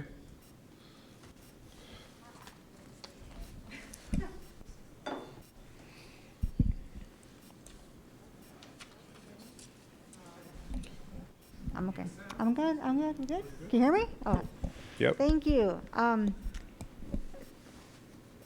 Thank you for being here today. Certainly. And for bringing this to us. I submitted a comment in the questions, and I got the answer here in the director questions. I'm trying to find it so I can. Anyway, it was about the fact that we have Board Policy 5020, which lays out sort of our role in bargaining, because we don't have very much of a role in it, honestly. It's done through your office and with the teams, and I respect that. We do have, it does in policy state that the board shall establish strategy for collective bargaining, and that we shall receive, the chief negotiator shall advise and inform the board regarding the progress of negotiations. I appreciate the response, recognition of the policy, and kind of just like a look at acknowledging that sometimes, that this doesn't happen. It hasn't been happening. So I just really, I know you guys work hard on these. There's no doubt about that, and I don't envy your position when doing these things. So, but we know. I just want to know that we can be brought in where we should be, so that we can just be accountable to, the public as well, and play our part. So, thank you for your work, and I look forward to keeping doing it. You're welcome, and thank you. Any other questions on this item? Okay, seeing none. Oh, is that a question? Go for it. Given the fact that we have heard in public testimony of the disappointment in Local 302, could you say in a nutshell for the folks listening at home what the terms of this collective bargaining is in terms of raises, et cetera, and why we haven't been kept apprised as per the policy that Director Rivera Smith has pointed out.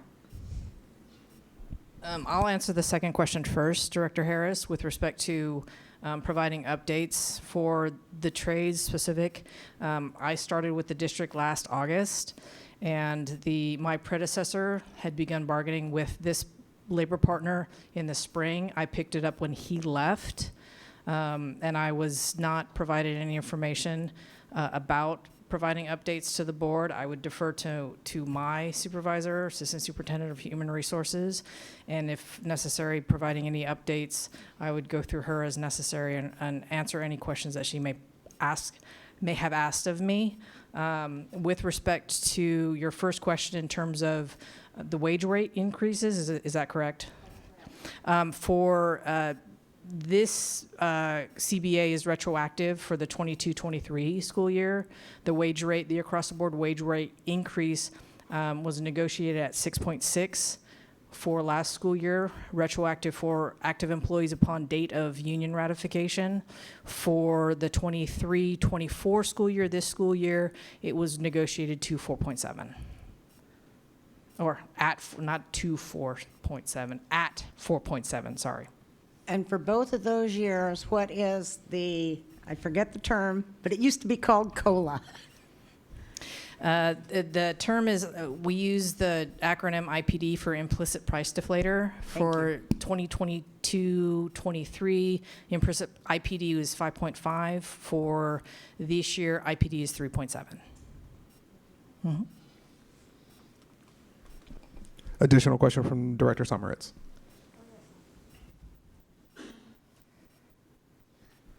Thank you. I asked in my previously submitted board questions about the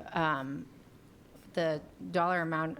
Is it reflected in the 23-24 budget? Is the retroactive portion reflected in the 23-24 budget? And the response was that costs for implementing the state inflationary increase were incorporated in the 23-24 budget, but the remaining costs were not reflected. So I just have a kind of a process question. So if those costs are not reflected in our budget, what is the implication for that?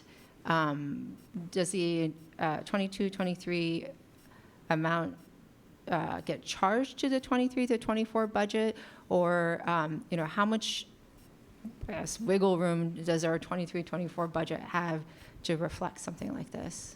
I'm not sure if you're the right person for that question, but that was my follow-up question to that response. Dr. Buttleman, are you in position to answer that? If not, please sit back down. But if so, I think that's a great question. And we voted on a budget. Is this expanding the budget? I'm understanding where you're coming from. If you will, Dr. Buttleman, please. I can answer a little bit of that question in the sense of because there's some increase to the structural deficit, this resulted in a RIF of 2 sheet metal workers, so active employees. So that was incorporated in terms of that change. I know that there was an additional amount that went beyond that.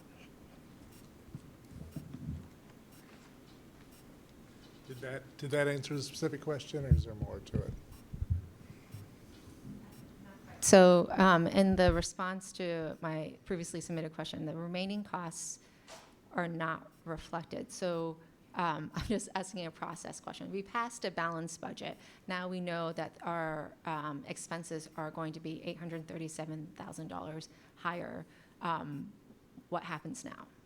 Yeah, the budget that you passed did not include that $837,000, and so some contingencies for this year will cover that, and then it will be added to the ongoing deficit for the future years.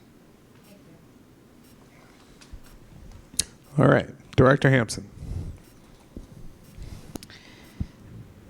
I hope we'll have a chance to talk about this in more detail and consideration of the financial policy that we've all been working, a number of us have been working on, staff and board. But I think the piece that we're missing, what I'm hearing from other directors, and that I'm wondering as well, in the sort of constant process of bargaining and budgeting, we used to get from the prior CFO would not necessarily, I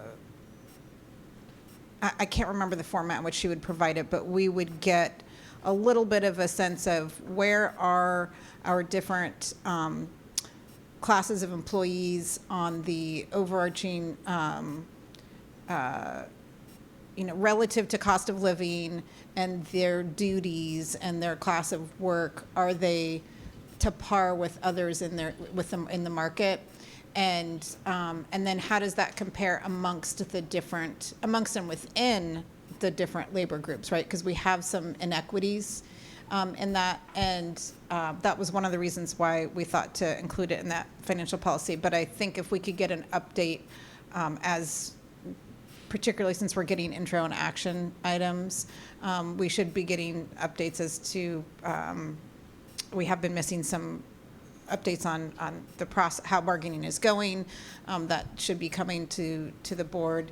And where are all of our groups of employees? And then the other piece of it is then how do we as a board be really clear about we need to make sure that the budgets that are presented are in fact, I know that there are some contingencies built in.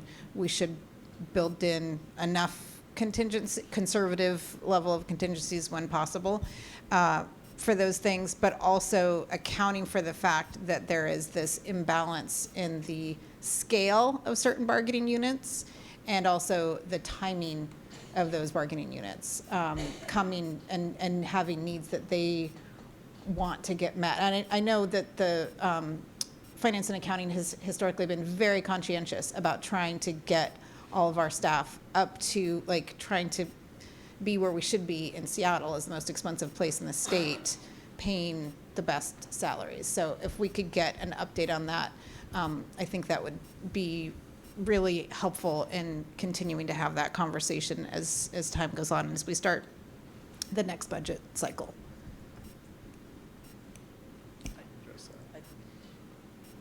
I'm not sure if there was a question there, but understood. Well, just making sure that that's something that y'all are comfortable doing, Superintendent Jones, so that we can have that reference point as we consider these action items when they come forward, especially when they're intro and action. Understood. Thank you.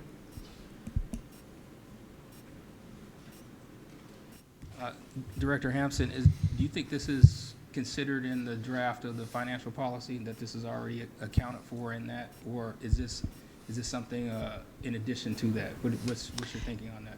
There is currently something that references it, Okay. but I'll be, we'll want to have more discussion on it to make sure that it's clear.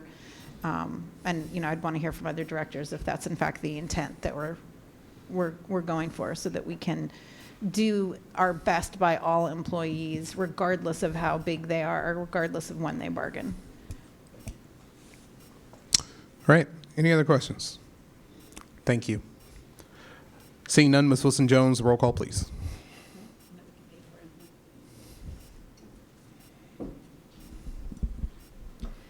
Director Rivera-Smith,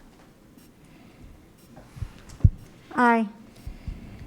Director Song Moritz, Aye. Director Hampson, Aye. Director Harris, Aye. Vice President Rankin, Aye. President Hersey. Aye. This motion is passed unanimously. Thank you. We have a motion for action item number 2.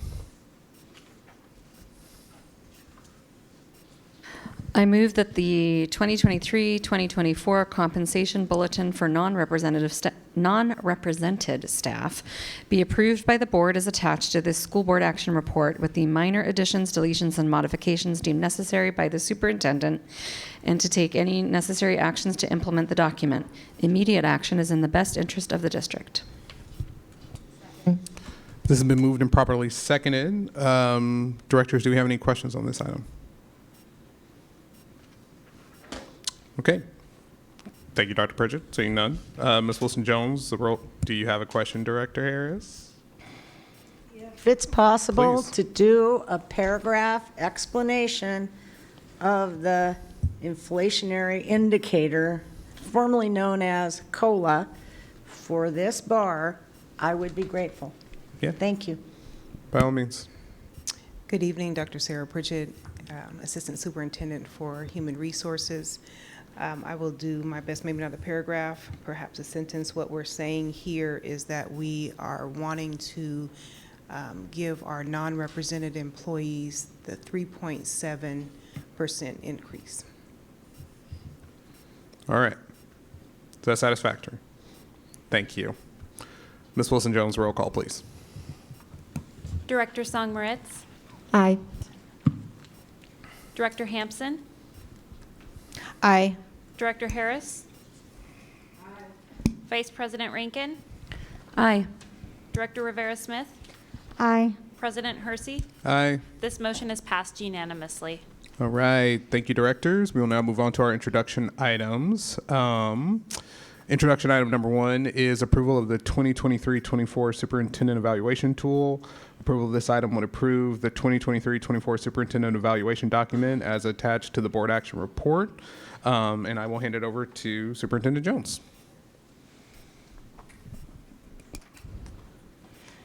Yeah, so there's an opportunity here for a little bit of transparency around what this superintendent evaluation is all about. My intent tonight is to give you the highlights of what would be the contents of the superintendent evaluation document, as well as see the alignment to how do we make sure that we're executing, how are we moving towards student outcomes. Thank you. My goal is also to get feedback from you all to incorporate ultimately in the evaluation tool. So instead of presenting the evaluation tool, which we've historically just voted on, I want to have, again, an opportunity to kind of give you some context for the evaluation elements and then bring those incorporate those into the tool ultimately, and then present that to you for your action that you may take. So without further ado, if you look at the slide, the second slide, central office exists to support schools. And central office proxy for superintendent. When we say superintendent, we're talking about all the staff generally that are providing support to schools. So we at John Stanford's Center for Educational Excellence, we exist for the sole purpose to support schools. Do we achieve that all the time? No, but that's what we're striving for. So it's important in the context of what I'm talking about in terms of the evaluation for the superintendent that you all are seeing my actions, our collective actions, as tangible, relevant, meaningful support to our school buildings. Next slide, please. So evaluation focus area, 3 areas. 1, around strategy. And strategy, that's the development of strategy, planning for strategy. A second piece is implementation. How are we providing support for implementation? What's our plan for execution? What is our implementation fidelity? How are we seeing that we're having consistent applied practices across the district? And then the other piece that's a huge piece is around accountability. What is our measurement? How are we looking at our impact? How are we doing progress monitoring? We're going to talk about progress monitoring today, but how are we doing that around our implementation? How are we doing that around all the essential elements that we think are supporting schools? So as you see on this slide, student outcomes is centered here. This is around Seattle Excellence Strategic Plan. All of what I need to be doing, we need to be doing centrally is around achieving the outcomes that are in the strategic plan. And that results in ultimately in student outcomes. So my evaluation, which you all have tasked me to do, is around getting outcomes for students. However we do that, whether we're looking at strategy, implementation, or accountability, those are the key elements for us having success. Next slide, please. So as we look at the evidence, so when you have an evaluation, you need to have evidence. And so the evidence that I'm proposing here that you all would evaluate me on is around having a laser focus on the strategy area, having a laser focus on meeting and exceeding 3rd, 7th grade goals, college and career readiness, but also having evidence of strategic development and refinement. So you should be able to see that we've abandoned strategies that aren't working. You should see that we've adopted new strategies that we think have impact. You should see that we are adopting new things that really are not just at the end of the year, but during, but formatively. Like we have formative assessments, we should have formative strategy adjustments as well. We should also see evidence of planned engagements. And so I believe, you all believe that engagement with our stakeholders should inform strategy. So if we have planned, calendared engagements, they're set on the calendar, and I'm suggesting here that we have planned engagements for budget, well-resourced schools, and our 2024 strategic planning. Those will also inform strategy. So if we're looking at strategy, development, and planning, we should see a hyper-focus, laser focus on our academic goals. We should see strategy, development, and refinement, and then we should see evidence of us working with our community to understand their needs and then making changes accordingly.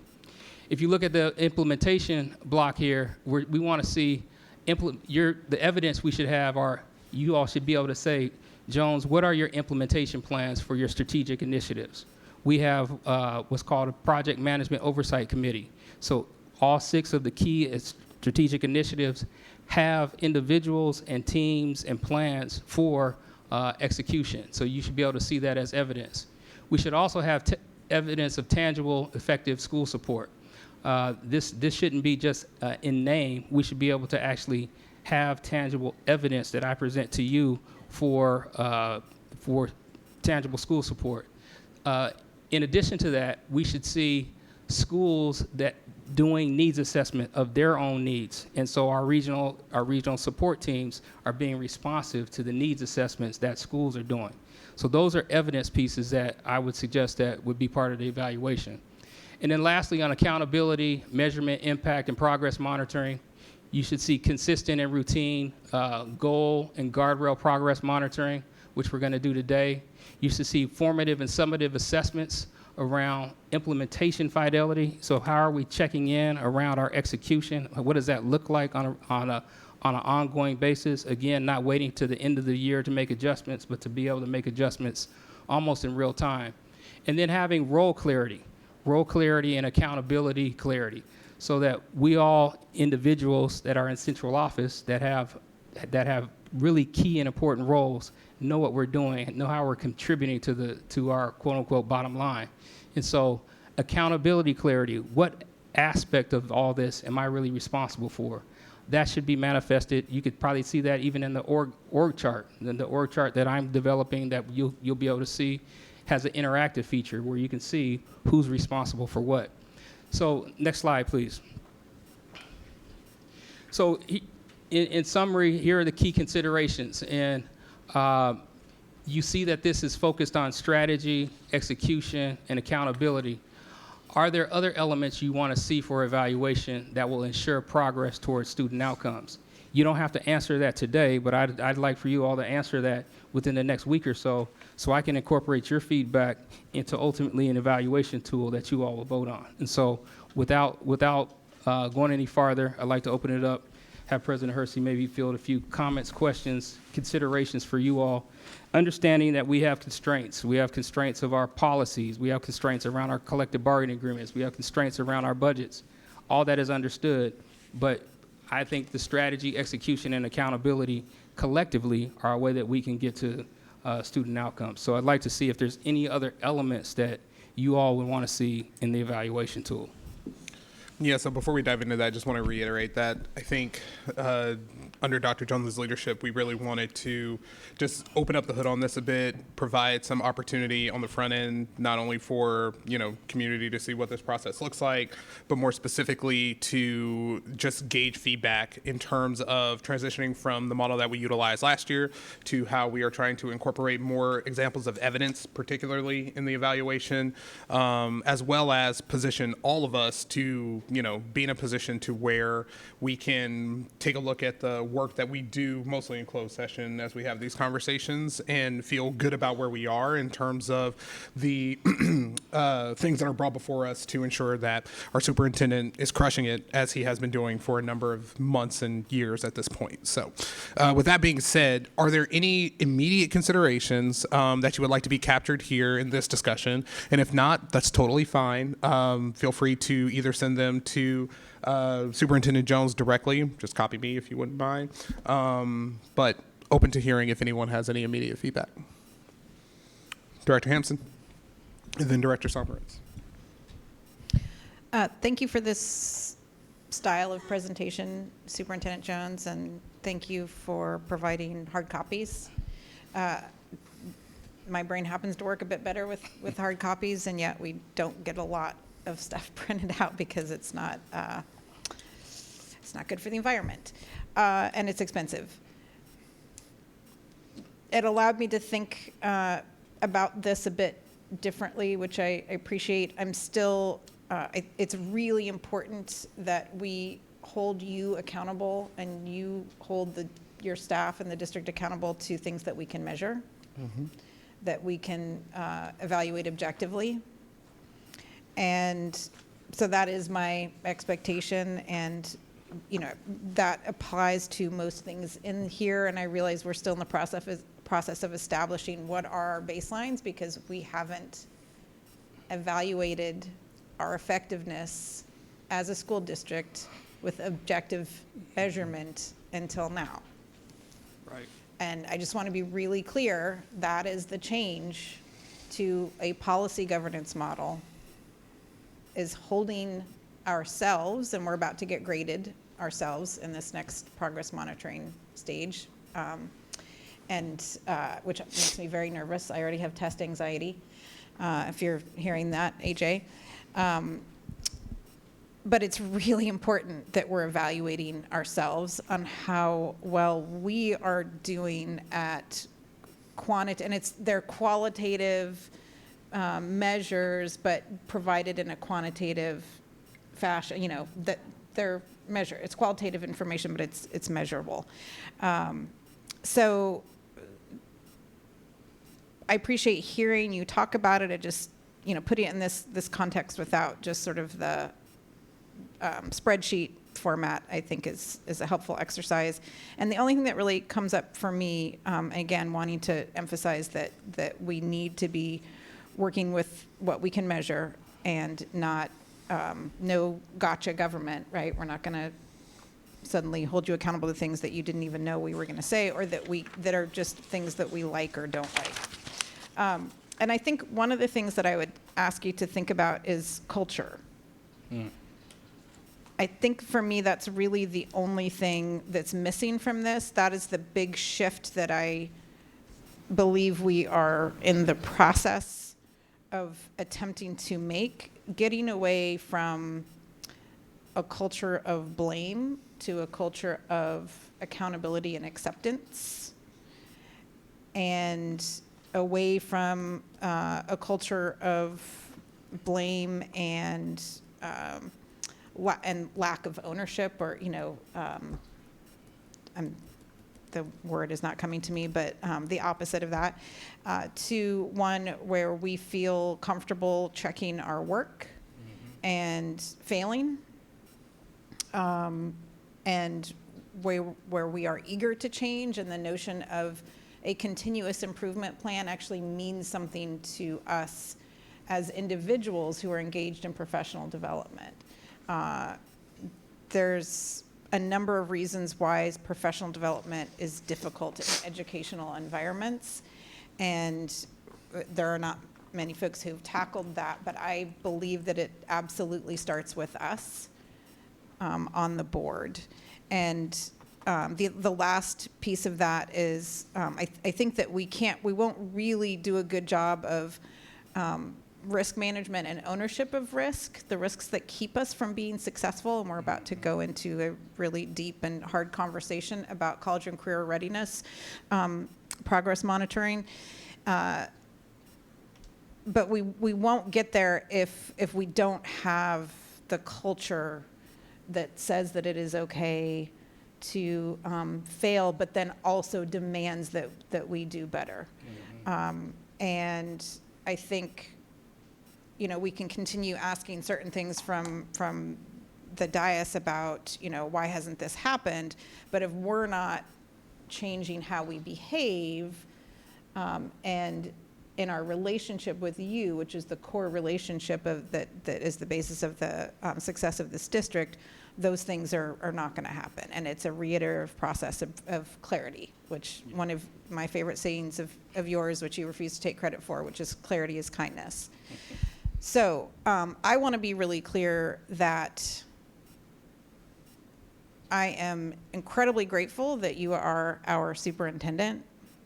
I appreciate the extent to which you are willing to learn and to grow and to engage in a process that is truly heart-wrenchingly transformative, so much difficult change that comes before you start to see the positive outcomes.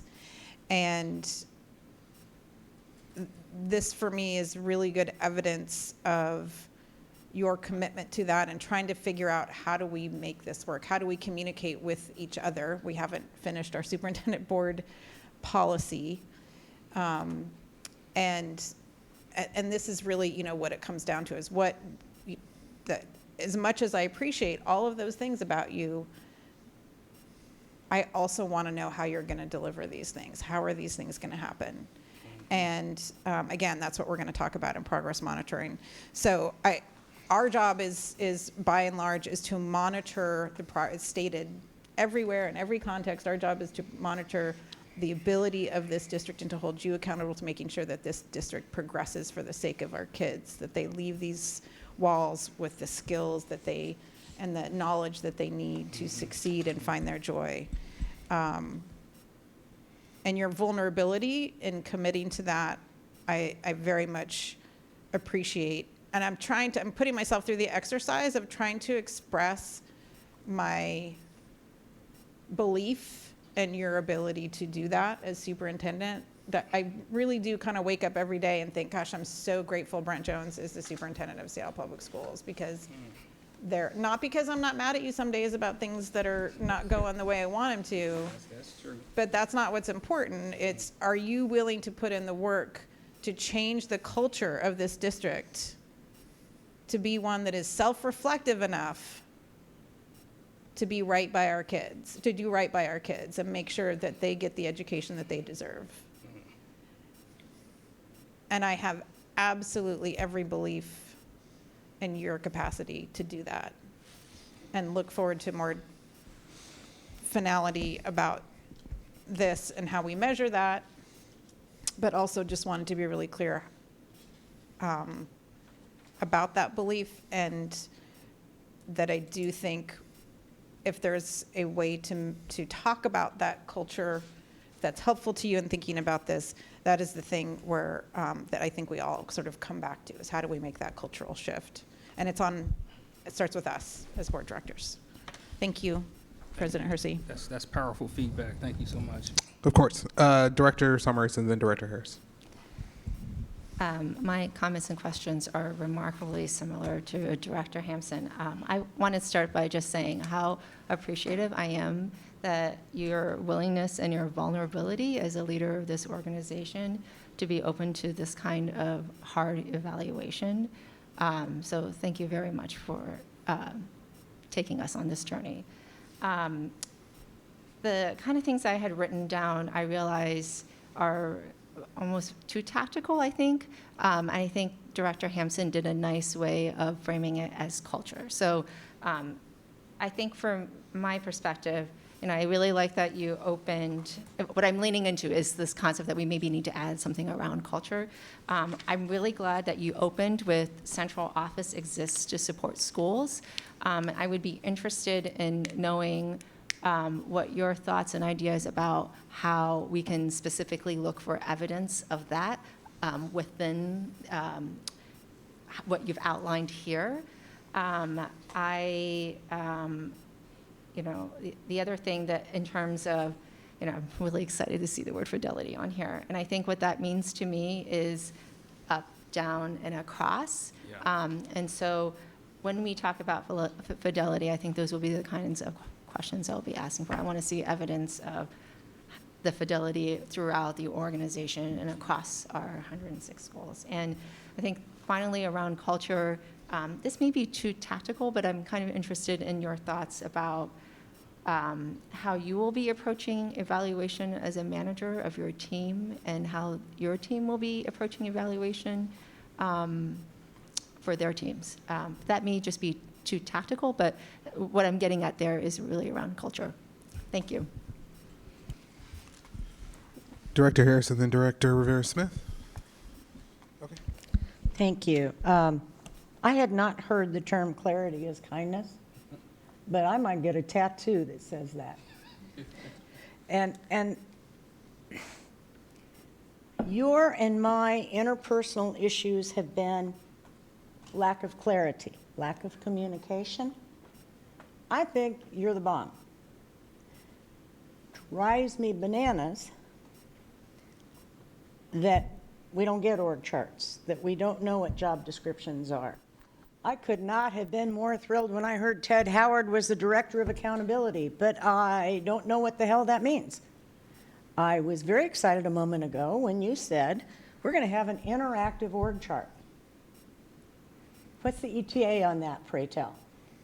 And a metaphor here, and I got to be really careful because we're in the middle of bargaining, et cetera.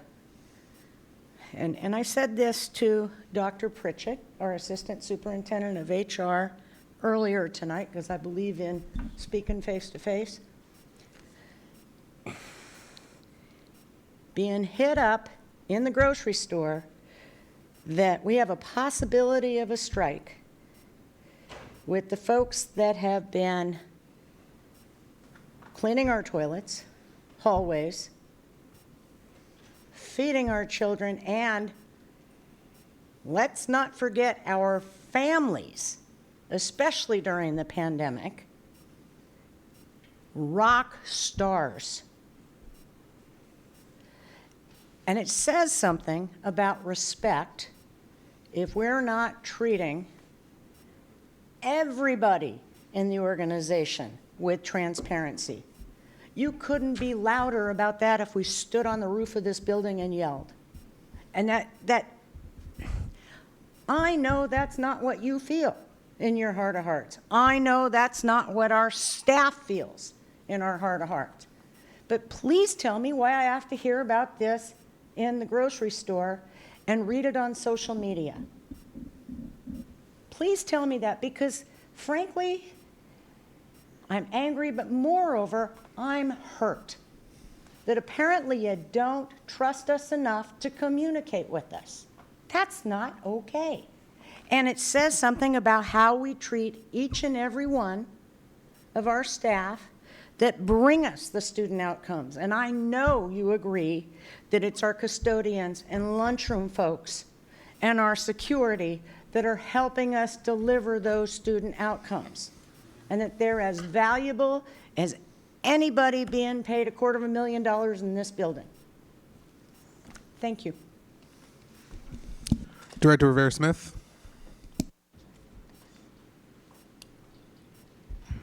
Hello, okay, thank you. True story. Not because I just feel like I'm glad that everyone's being able to say how much we appreciate you. I was at I don't remember, some forum or something recently, and I wanted them to ask me what's going right in the district, or what can you, because I wanted to say Brent Jones. I'm so happy. He's an amazing person, and I really do feel like you've really revolutionized might be too big of a word, but you've really changed the role of superintendent, and I feel like I do trust you and appreciate all the work you've done. So and then again, this does show that too. I do appreciate this this graphic and this way of looking at it.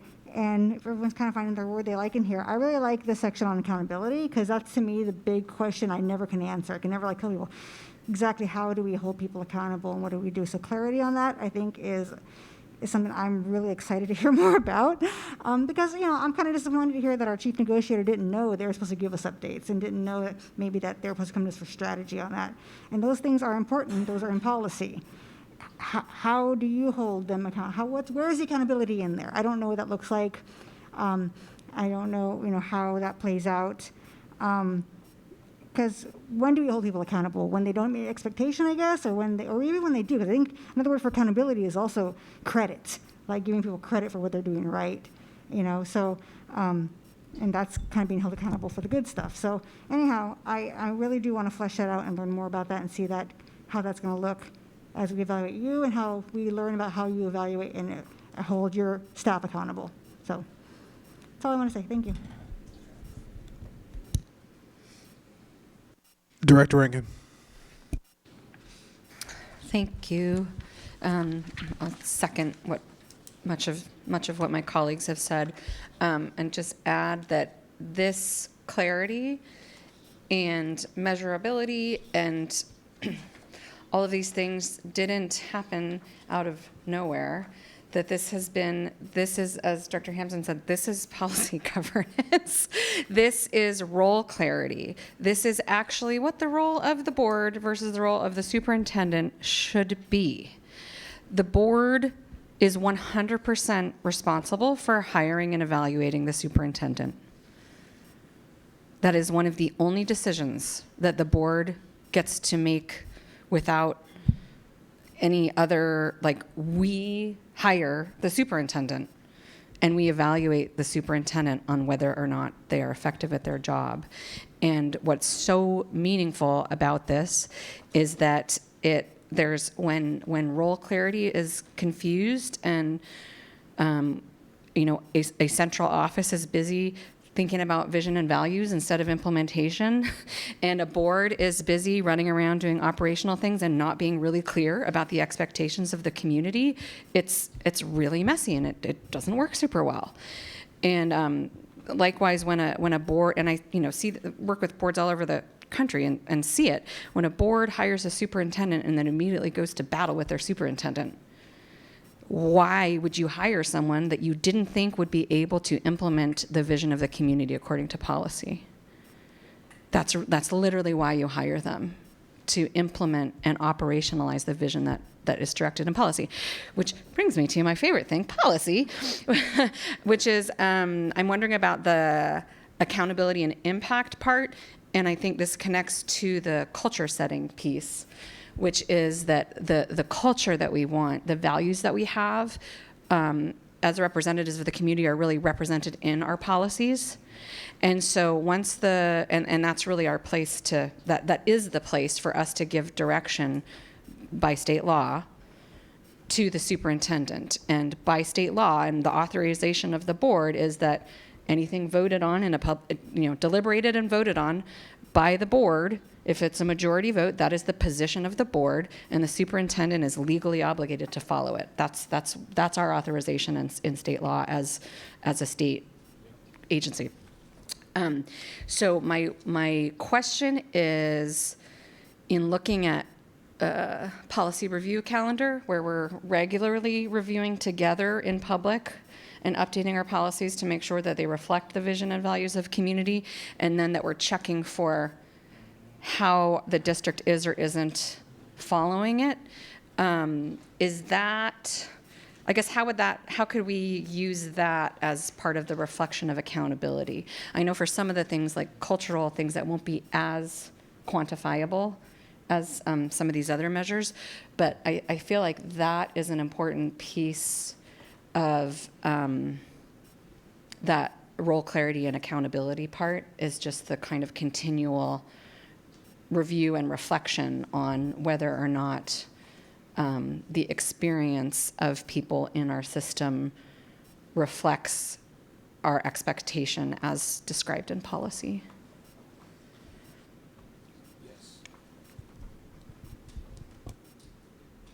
Let me do a quick summary of what I've heard so far. I wrote down a lot of notes. We need to make sure that there's clarity in terms of communication, proactive communication and transparency. The evidence of job descriptions and org charts and whatnot will provide even more level of understanding of what individuals do and how this all connects. Then the culture shift around failing and learning from failing, understanding our risk tolerance, and the communication around what are our expectations of each other can be reflected in this as well. And then I didn't catch the full piece around policy, but I understand that there needs to be some clarity around what is policy accountability versus the role clarity and the clarity to make sure the strategic initiatives are achieved. So President Hersey, back to you, sir. Excuse me. Thank you, Superintendent Jones, and thank you for the immediate feedback. This is obviously not the end of the conversation, so if you have additional things, please send them in. I just want to take my opportunity to thank Superintendent Jones. He and I spend a great deal of time talking about how we're going to figure these things out. And so, I mean, this is just another piece of evidence through, like, the transition to student outcomes focused governance, policy governance, and a lot of the work that we've been trying to do over the past couple of years, quite frankly, to not only, you know, put some parameters on how we do our work, but also elevate the quality of it so that as we are all stewards and not permanent placeholders in these seats, that when we have directors, future superintendents come in, there's a little bit of a playbook that exists that has proven itself to be effective, as you all have, you know, sung the praises of Dr. Jones here tonight. So with that being said, just again, I want to reiterate, this is not the last conversation. If you have things that you want to see, ideas around specifically how to, you know, measure culture that might come to you in the dead of the night, please don't hesitate to send that over to us so that we can get those things incorporated. Given that that was the only introduction item on today's agenda, does anybody have anything else? Okay. Cool. So that was the last piece of the meeting that we're going to do up here. I'm going to give us a 10-minute recess before we move into our progress monitoring session. So with that, and please, I know I say this every time, it's 6:20, but please try your best to be back at 6:30. As soon as we have a quorum, we're going to get started at 6:30. So I'll just put it like that. So with that being said, we are at recess until 6:30. Thank you. Thank you all. Oh, and go ahead and take your microphone to where you're sitting.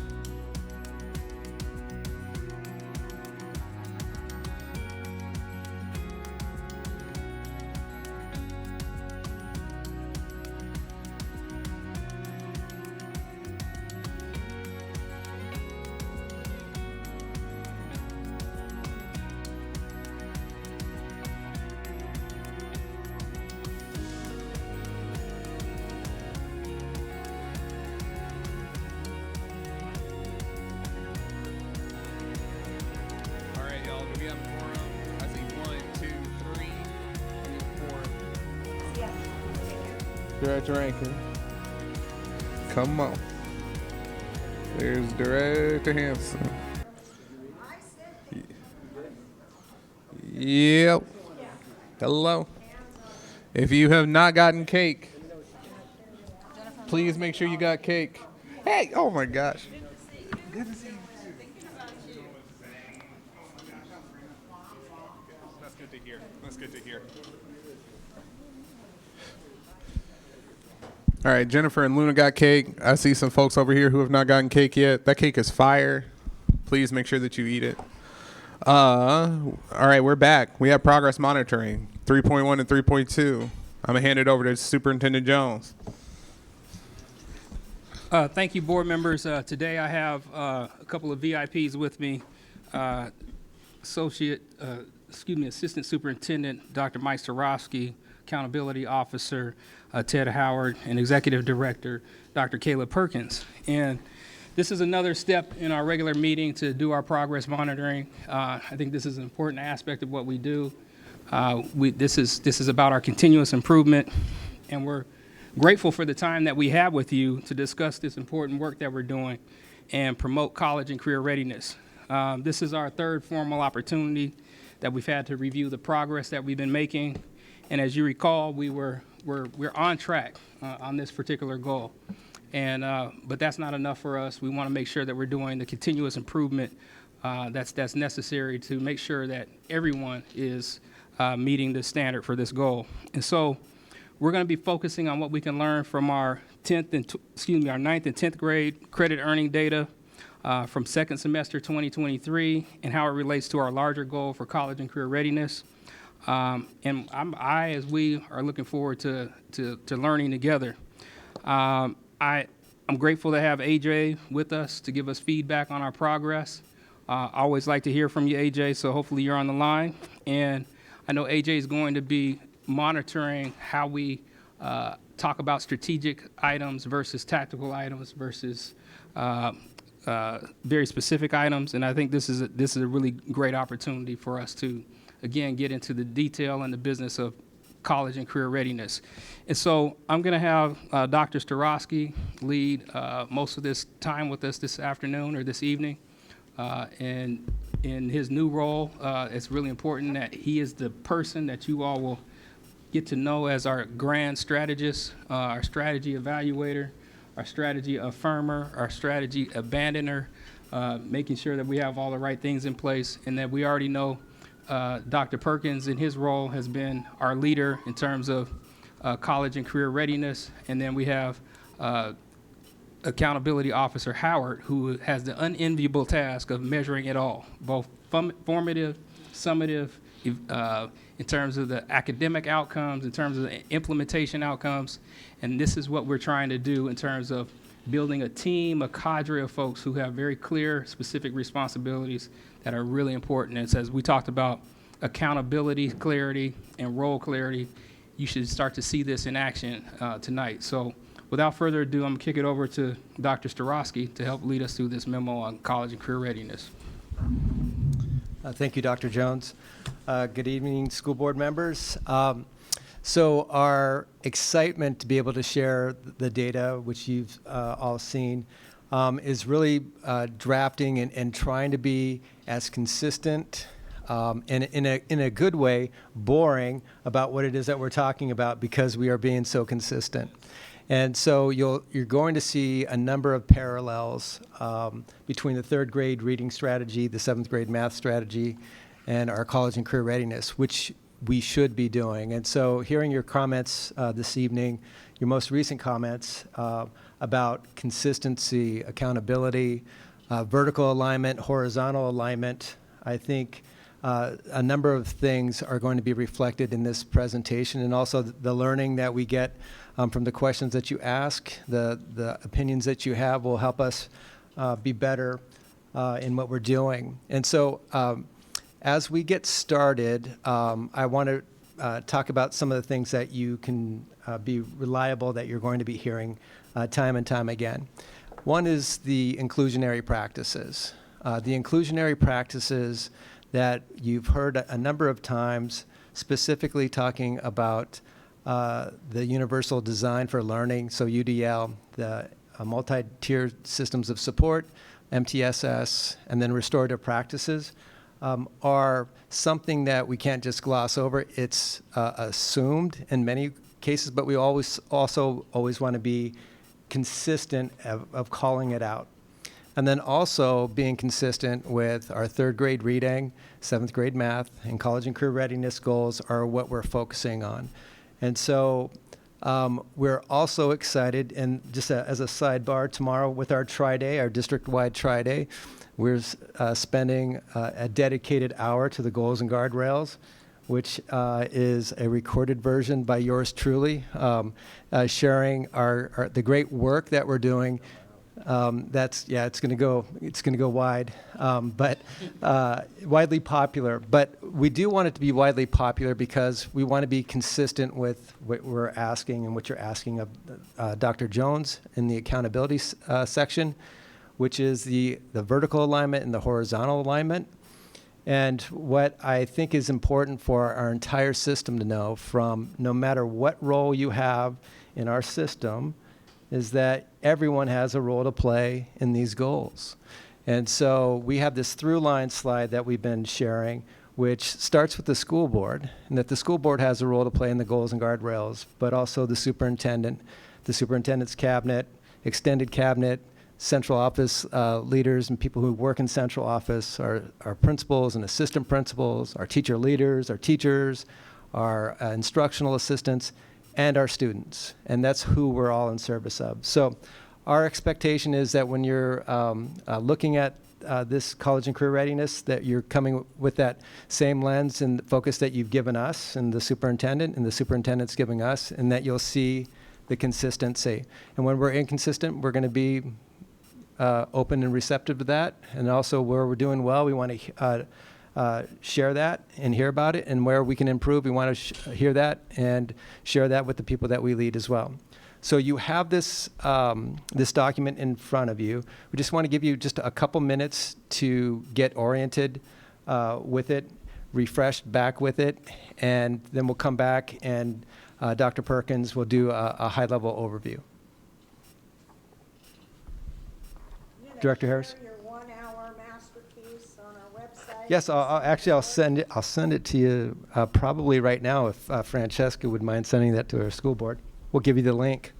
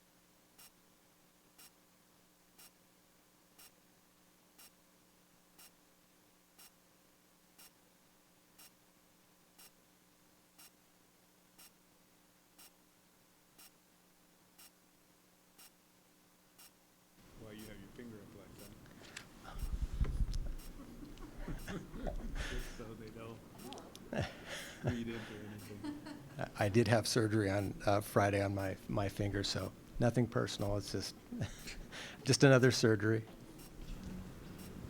You gotta keep it elevated. Yeah, I do have to keep it elevated.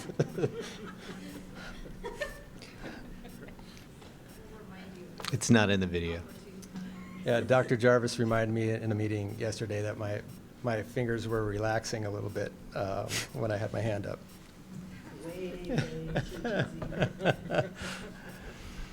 Okay. Dr. Perkins, take us away. Thank you.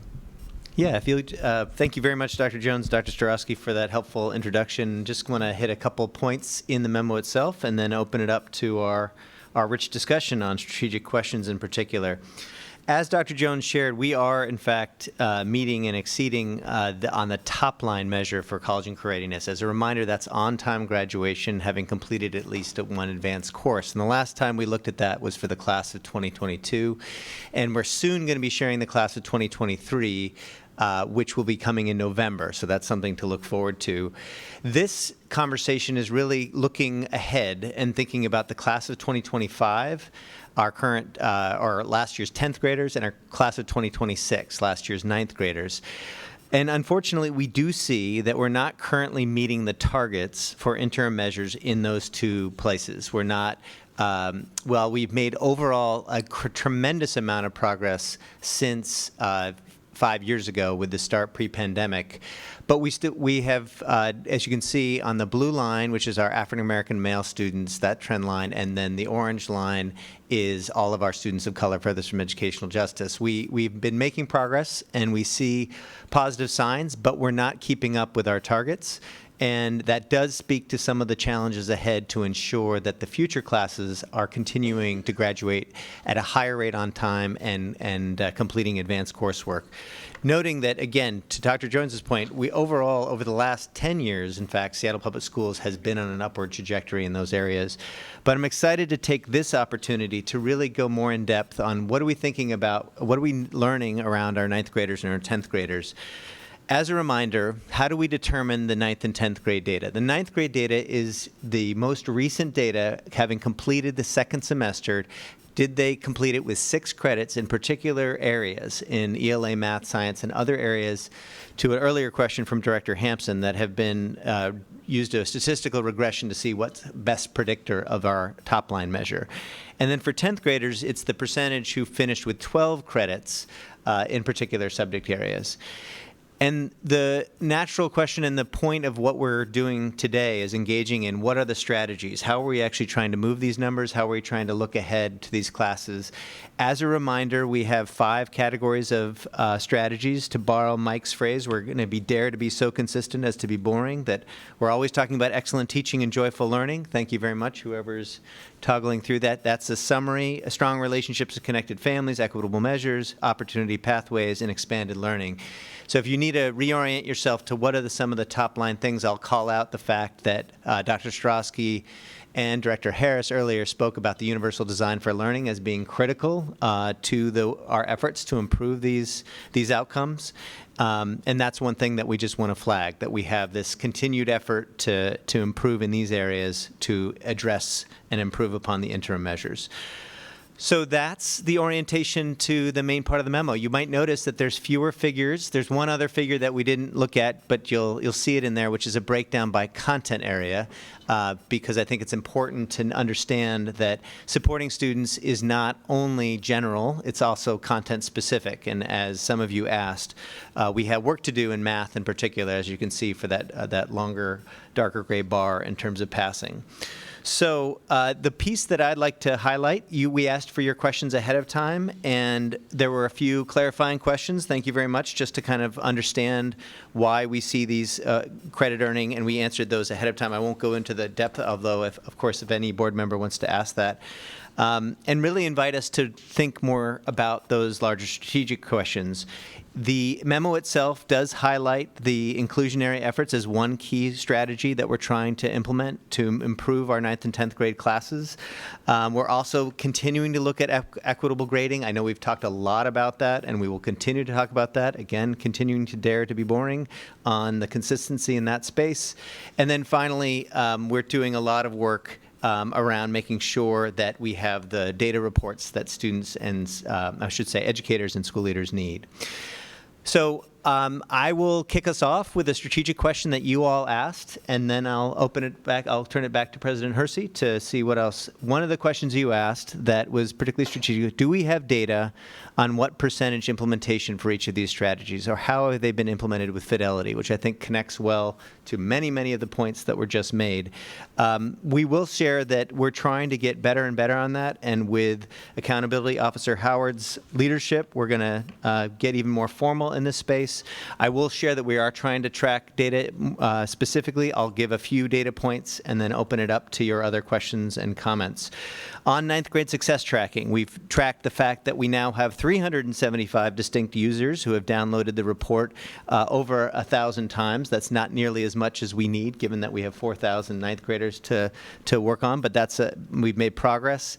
We have mentoring that's serving currently 100 African American boys and teens in 9th and 10th grade, and we have care coordinators who are formally being trained, each of them working with 30 students, working over, I think, with about 1,000 students in total to support students in the 9th grade in particular. So we're trying to connect those efforts specifically to these interim outcomes. But again, I would love to hear your thoughts and your questions, particularly as we try to understand how can we better support our 9th and 10th graders as they move towards our top-line measure of on-time graduation and completion of advanced coursework. Thanks for that intro. I'll turn it over to President Hersey. All right, questions? Director Harris, Director Song-Moritz, and if you have more, raise your hand. Where does our subscription and utilization of Naviance fit in here? Haven't heard that word in probably well over a year. Mm-hmm. And we gave you the money to do it, but we don't hear about it. And it's supposed to make us breakfast, right? Eggs over easy? Excellent question, and I believe Accountability Officer Howard may have planted that, but anyway, no, it's a common piece. So where it is designed to help is that 8th graders, and I think this has actually come up at recent community meetings, 8th graders are supposed to be engaging in course planning, formally reflecting on what they've shared through the required components of the High School Beyond plan. What are their career interests? What are their interests in general? And then in the 8th grade, they use the tool to actually build out their 4-year plan. It's a bit of an understatement. We have a lot of work to do to make sure that's a well-utilized tool. And part of it is by trying to get more coherent and consistent on how courses are offered across our many, many different high schools. So the short answer is we have data. We had set the goal back in 2018 when you first voted for Naviance, thank you again, of getting to 80% at least of implementation. And unfortunately, we're more at 40 to 50%, and we have work to do. So just to be, accountable and accepting of that piece, yes. So one of the questions that I had previously submitted was, what are your theories for why students are missing credits? And the answer to this question was there are a number of reasons, including students are not receiving adequate support to learn foundational skills and missing many days of school. So I guess my question is, we're trying to be consistent around our strategy, but within that strategy, which of those strategies directly address foundational skills and absenteeism? If those are our theories for why students are missing credits. Well, I think always first and foremost, it's the quality of teaching and the preparedness of our teachers with the proper tools, proper professional learning and expectations with our school leaders. I think that's where first and foremost for me, that begins and ends there, because some of the things that you talk that are in that answer about absenteeism, the absenteeism is a part of the problem, but it's not the problem. What we want to be focusing on, the things that we can control for sure, is the quality of the teaching that's happening in the classrooms, the common assessments. That's where I think we want to put our priorities, even though absenteeism could be happening, and it is happening, for any number of reasons, and trying to better understand that. And that's why we have other accountability systems, or I'd say dashboards, for us to be able to look and see that and try to understand it. We have structures in places in schools any number of ways and positions dedicated to the absenteeism issue.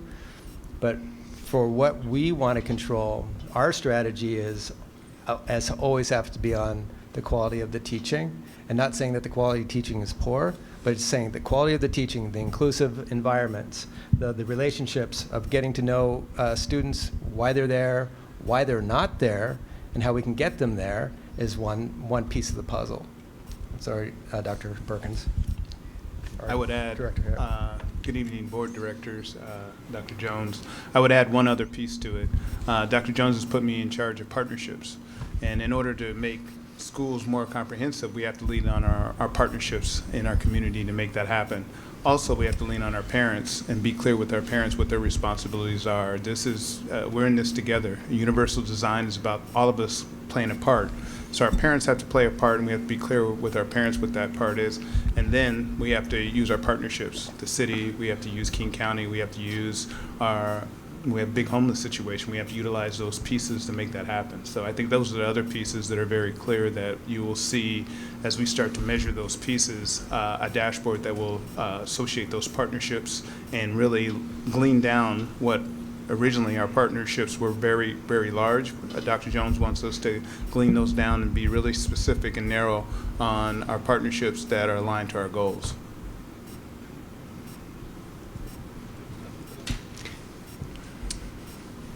You have a question? Are you good? Okay. Are you done? So Director Rankin and then Director Hampson. So I have a question about, is somebody's? Might be me. Specifically about equitable measure student supports and then also opportunity pathways. So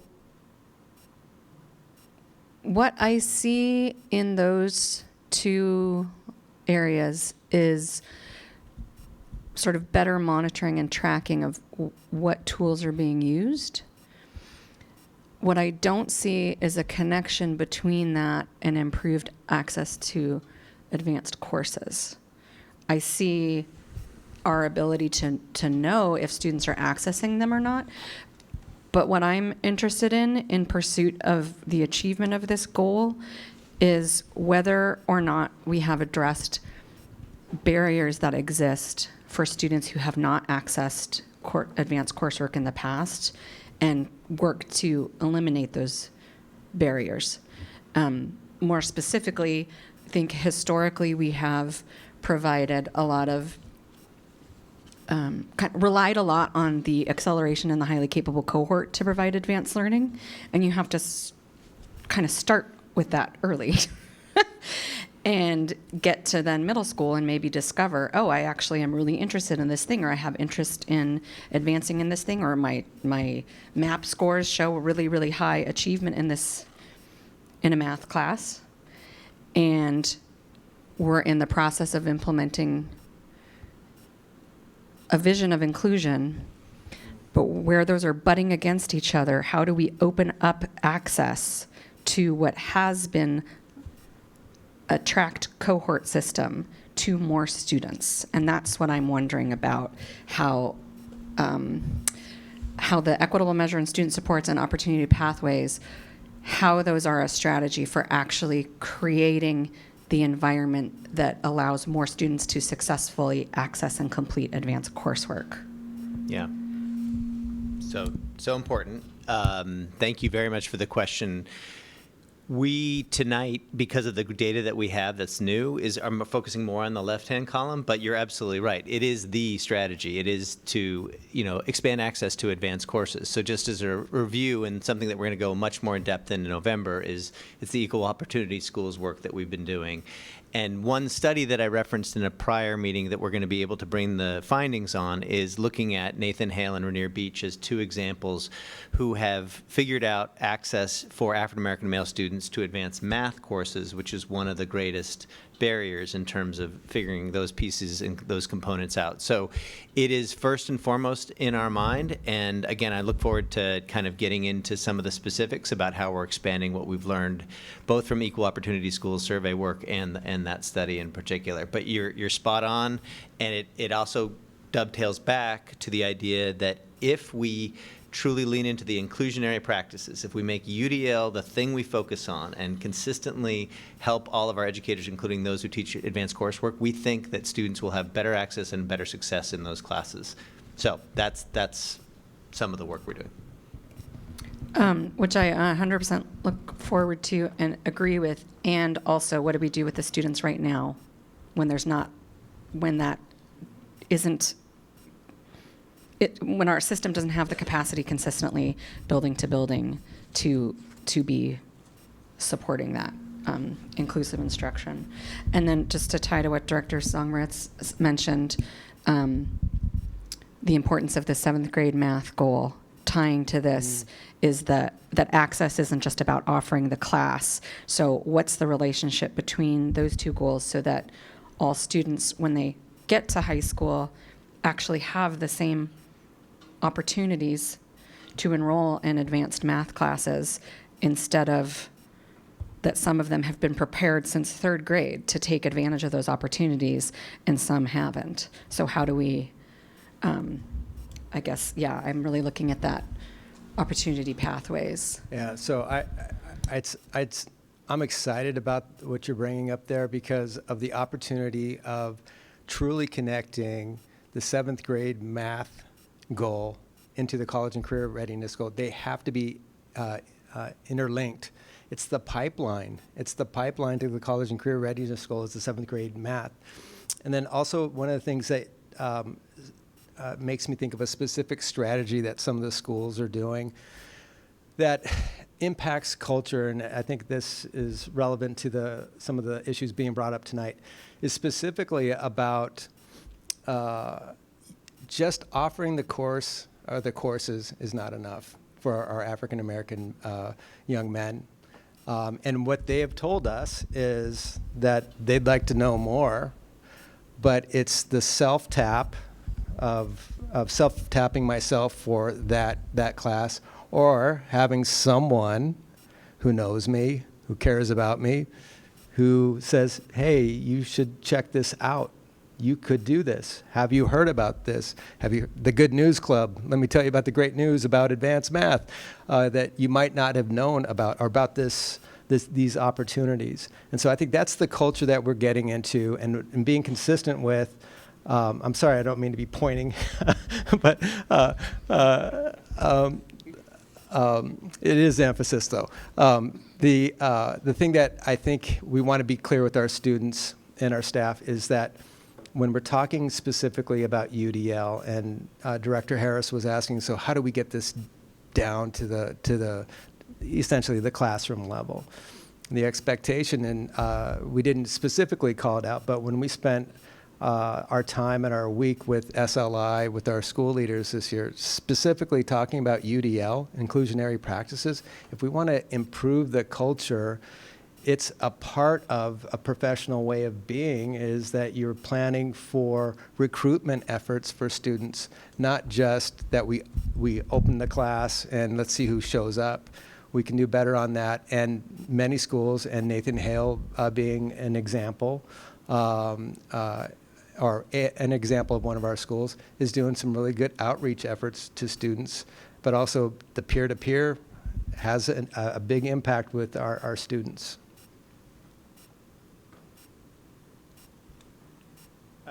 I would add one other piece to that. Up here, one of the strategies you agreed to actually implement was excellent teaching and joyful learning. And that's around building relationships. And that is so key that you tied that in to as a strategy. The other piece of that is the care coordinators. That personalized person who's actually going to build a relationship and then make sure the student is actually in the class and doing well in the class. That is, in the meantime, until we actually develop UDL across the system and it's pushed down all the way into the classroom, that is a stopgap until it got there. So I'm very interested in seeing those things. Dr. Perkins talked about EOS. EOS is a partner of ours, and we started using insight cards. And it tells you about the student. It tells you what the student's expectations are. But the biggest part of that is students get a chance to say, this teacher is an advocate for me.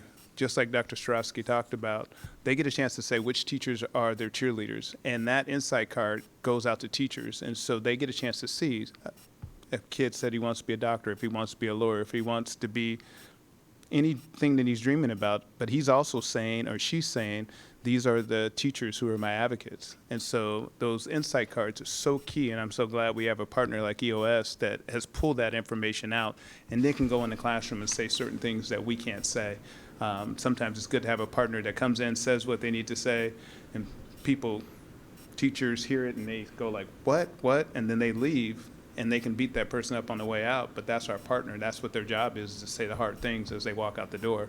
And then we have to wrestle with those things and look at the data to see if there's only 5 kids in there or 5 African-American males. How come there's not 10? How come it's not a fair representative of our community? So I'm so happy to see those 2 strategies, the care coordinators as well as the excellent teaching and joyful learning that you guys approved, so we could actually move those things forward. And as we start to change what Director Hampson has really keyed on, that culture of and start having a culture of high expectations and building those relationships, things will start to shift. And we're just at the early stages of doing that. So we're going to keep holding that accountable and holding it up and showing our educators how important it is to have those relationships. I mean, we saw it during COVID, and we're going to see even more of that because our heroes are our teachers.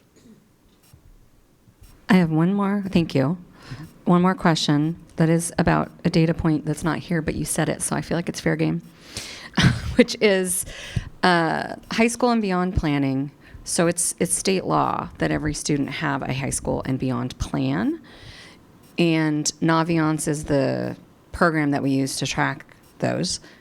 Why do you think participation is only about 40% in using that? And does that mean that the rest of our high schoolers don't have a high school and beyond plan at all, or that it's just not being put through Naviance? The good news on the compliance component is that, yes, they all have to have it to graduate. They do it by the senior year. I was referring to an 8th grade number in particular because we actually wanted to have it much earlier. There's a lot of work to be done. I think the partnership with our regional executive directors is going to be amazing, and I've already started conversations with some of them in terms of how to follow up on these pieces. But yes, it's a tool that's underutilized. I think we can get into some of the reasons that we need to kind of recalibrate strategies. One was that it was predicated on the idea that we'd have required advisory at high school at some point, and that didn't materialize for a variety of reasons. But that's not an excuse. We can do better. We will do better.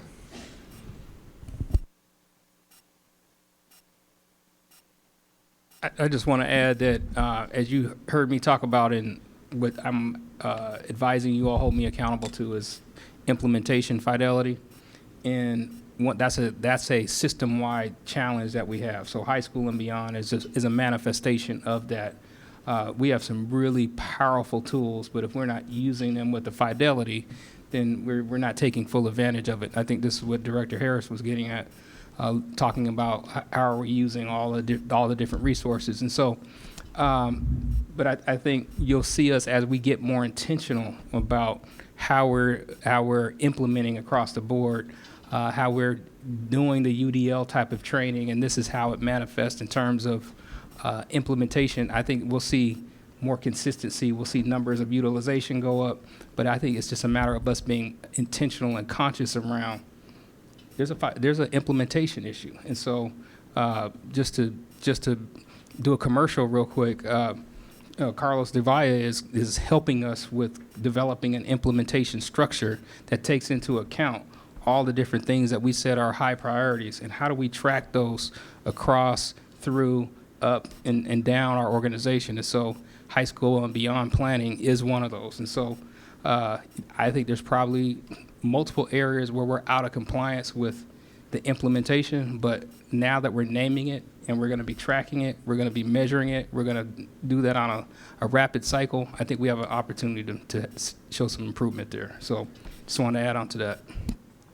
And can I just quickly build on that is, so we take responsibility for that current state, but also our culture, climate, and our focus when we're talking about accountability is that mutual accountability, that we say what we're going to do and we agree how we're going to do it, and then we do it, and if it doesn't happen, we try to understand why it didn't happen.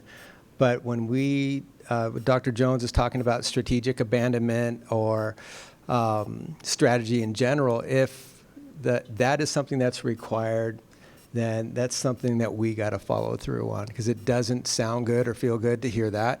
And it doesn't make sense, but we need to better understand why it's happening, and then also make it a priority. And so because of how it does impact a student's plan, and that our 8th grade to 9th grade transition is difficult enough, and that this could be a potential theory of action of that to ease the transition or to increase the likelihood of success from 8th grade to 9th grade is having that high school and beyond plan completed.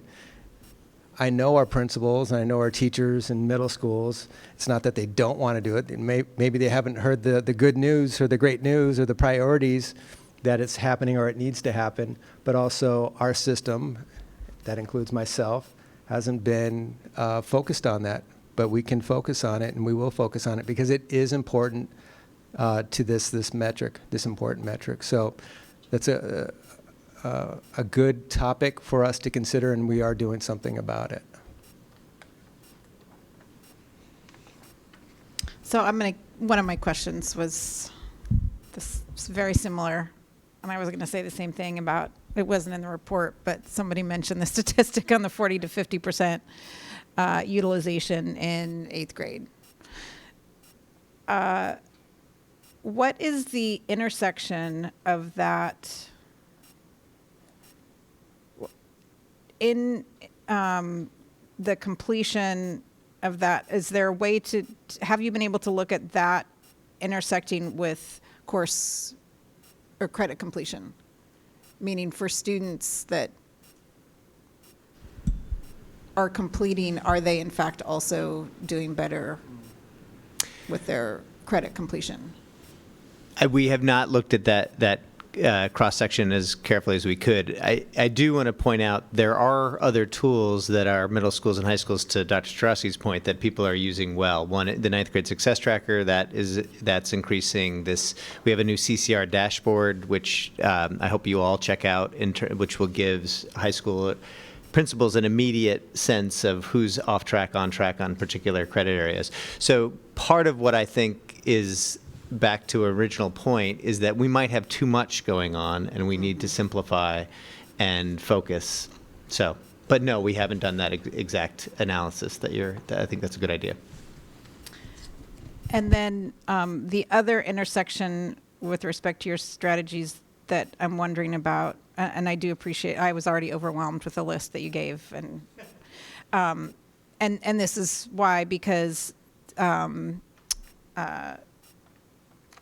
wait, are you Dr. Howard? No, Mr. Howard. Thank you for bringing up the partnerships, families.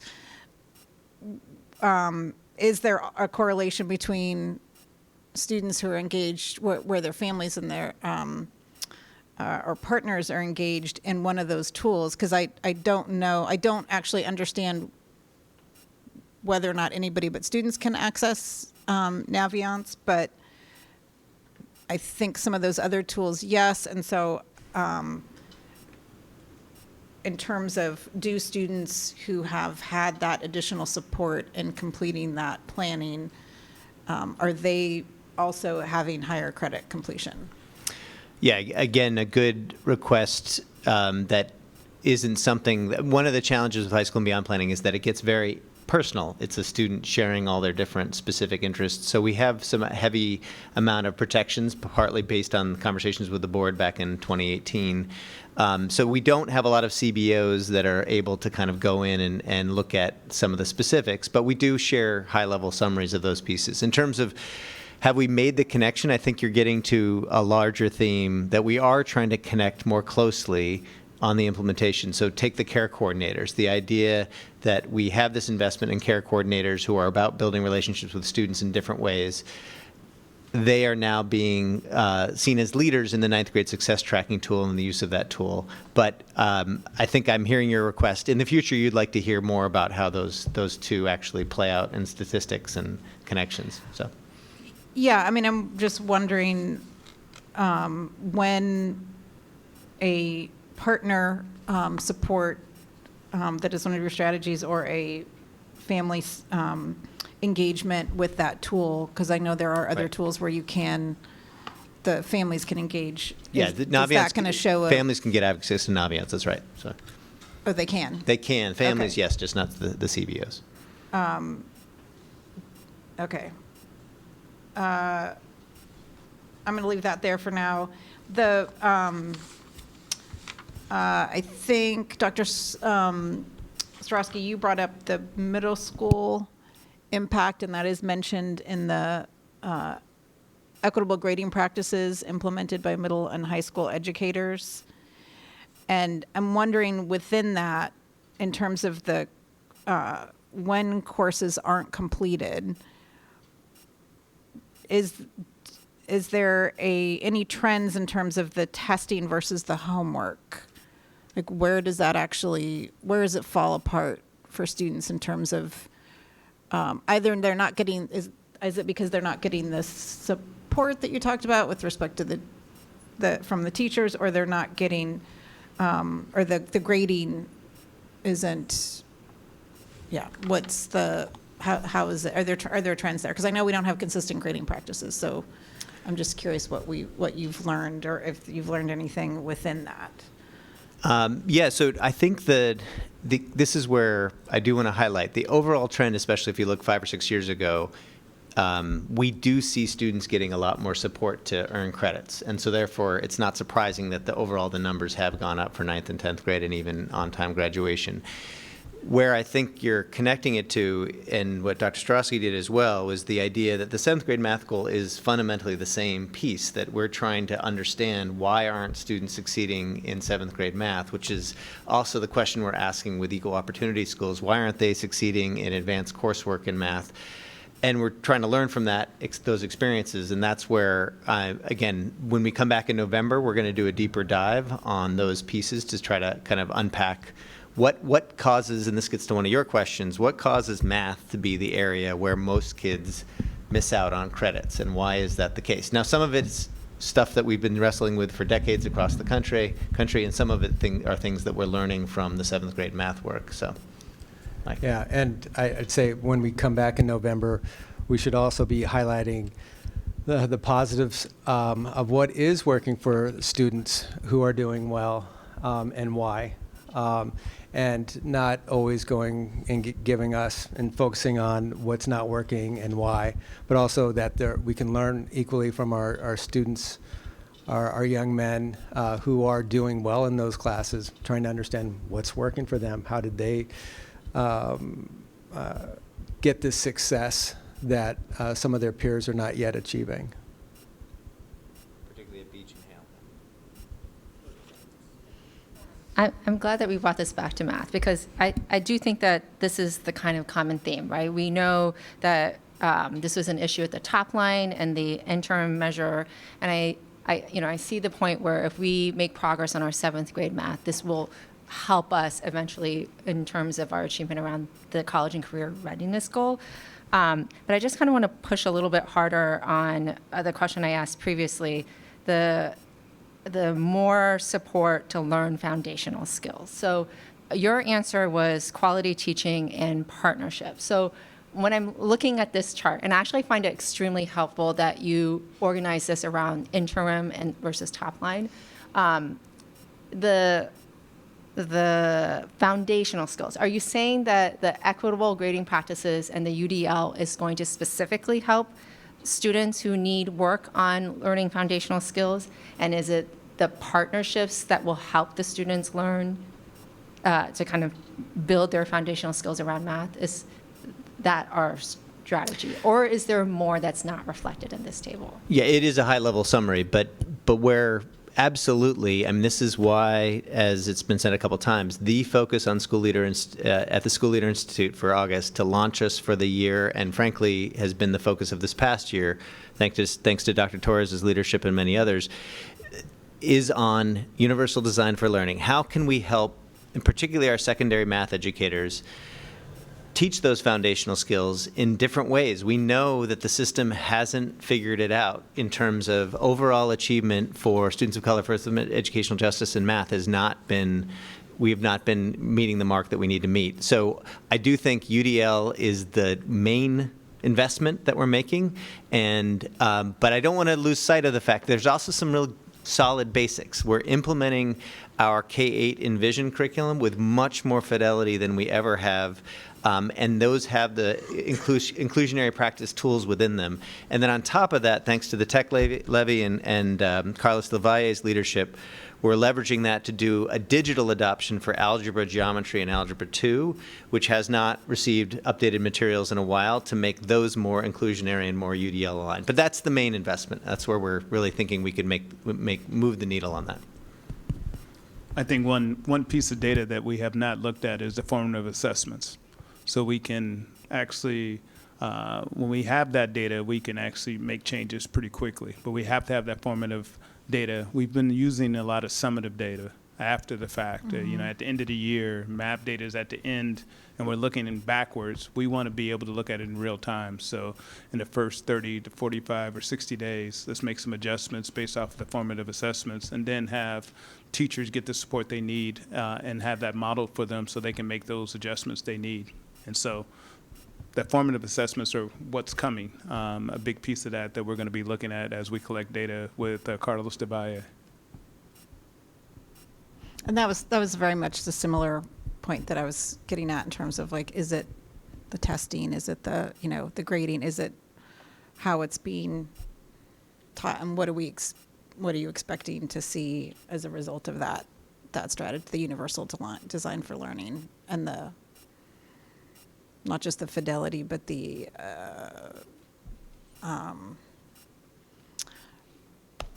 extent of the adoption on behalf of teachers. Yeah, and just to kind of allude back to a discussion that we had on July 5th as a group around the 7th grade math goal, this idea, the fewer, clearer, higher, like we're trying to be much more specific about what do we mean by teaching Envision. So the idea that every lesson starts with a solve and share, and that can we develop that practice as an inclusionary practice, as one that actually gets all students involved in learning the concepts deeply. Again, it's basic. It's really basic. But instead of trying to throw the entire thing at them and all these different ideas, that's what we worked on last week with our launch of the PD for the second year at these 6 middle schools. That's what we're going to try to make the focus as we support that up to the high school. Just to keep it simple and focused on better implementation, which I think is a key theme tonight. I think the places where Dr. Starosky is going to go with Dr. Torres is going deeper into the practice. As we go deeper into the practice, then you'll give students more time. Students develop at different levels, and we need to give students more time to learn and develop. Sometimes students need 60 or 90 or even a year extra to develop, and then all of a sudden it hits, and it's passion and it's curiosity for them. That's something that with UDL, Dr. Torres and Dr. Starosky are going to come up with strategies to take a look at how we give expanded time. Is that a summer bridge program where students need more time in the summer so they can earn more credit in the summertime? What does that look like? How do we maximize that time? Do we actually do an intervention with students who are struggling during the time of the year and didn't do well? Do we offer online learning at the same time? How do we involve the parents? Those are the supports that you're talking about. And then we can actually partner with the students who, big brothers, big sisters, other people that students need access to that don't have it at home. But we can't help everyone, but we can pinpoint those that don't have it at home. But those are some of the ideas and strategies are being talked about, I call whiteboarding right now, that they haven't really fleshed out yet to actually uplift it. But those are the things that are being talked about right now.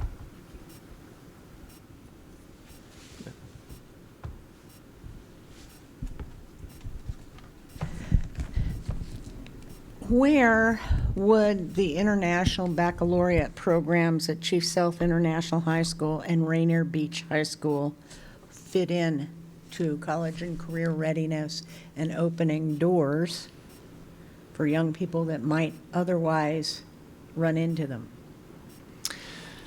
So while, to be clear, I think I could highlight amazing things going on related to advanced coursework access in probably every one of our high schools, including our small non-traditional high schools. I mean, don't get me started on how great Nova has done in terms of leveraging college in the high school, just as an example.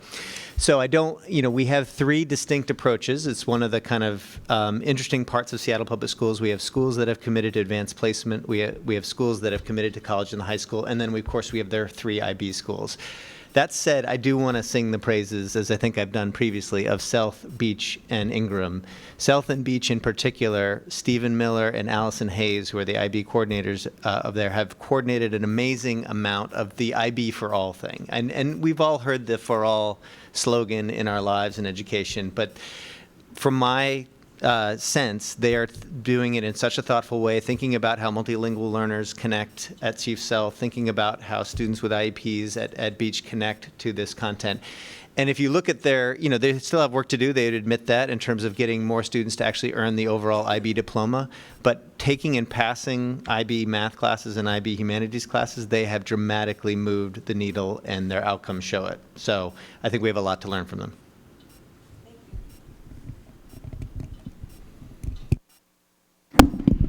Thank you. Quick question.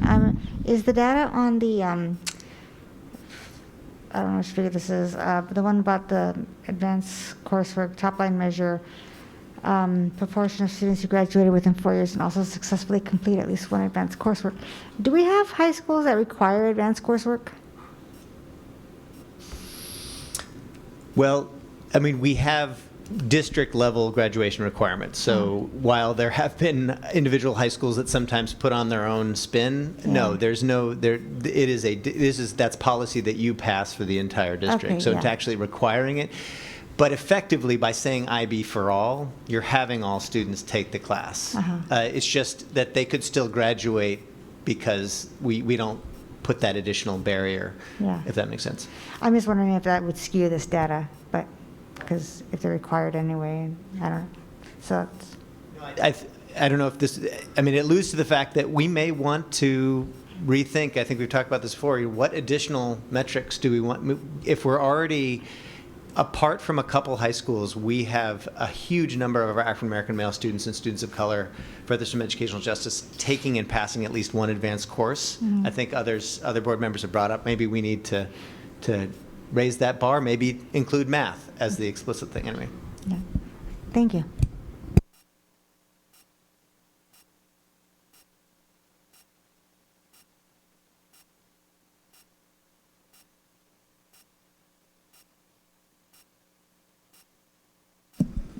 Yeah, I think that's all we have for now. But in terms of board support, we appreciate these questions. We appreciate that you all are feeling like you're in alignment with us in terms of we have to stay the course on strategies, but we also will abandon strategies when they're no longer effective. And we'll adopt strategies, and we'll do this in real time. And so your encouragement to continue to ask the depth of questions, particularly around implementation, have been helpful.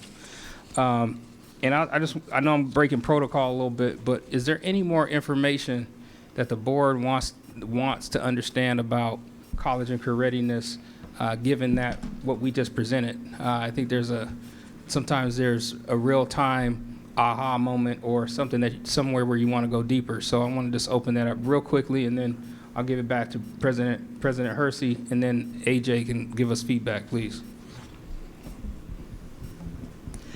I would very much appreciate hearing in November more about our mentoring programs and more about our our career readiness programs where folks are learning the top lines of a trade, and how do those work?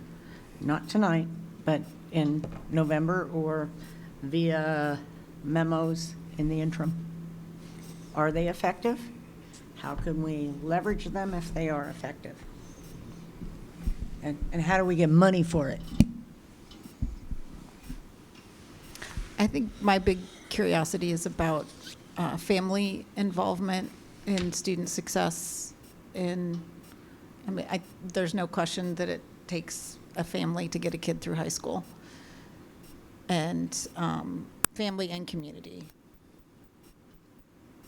And yet, I don't believe we have any data to know. Our family survey is historically inadequate because of the who is represented by that survey. It's not a full picture.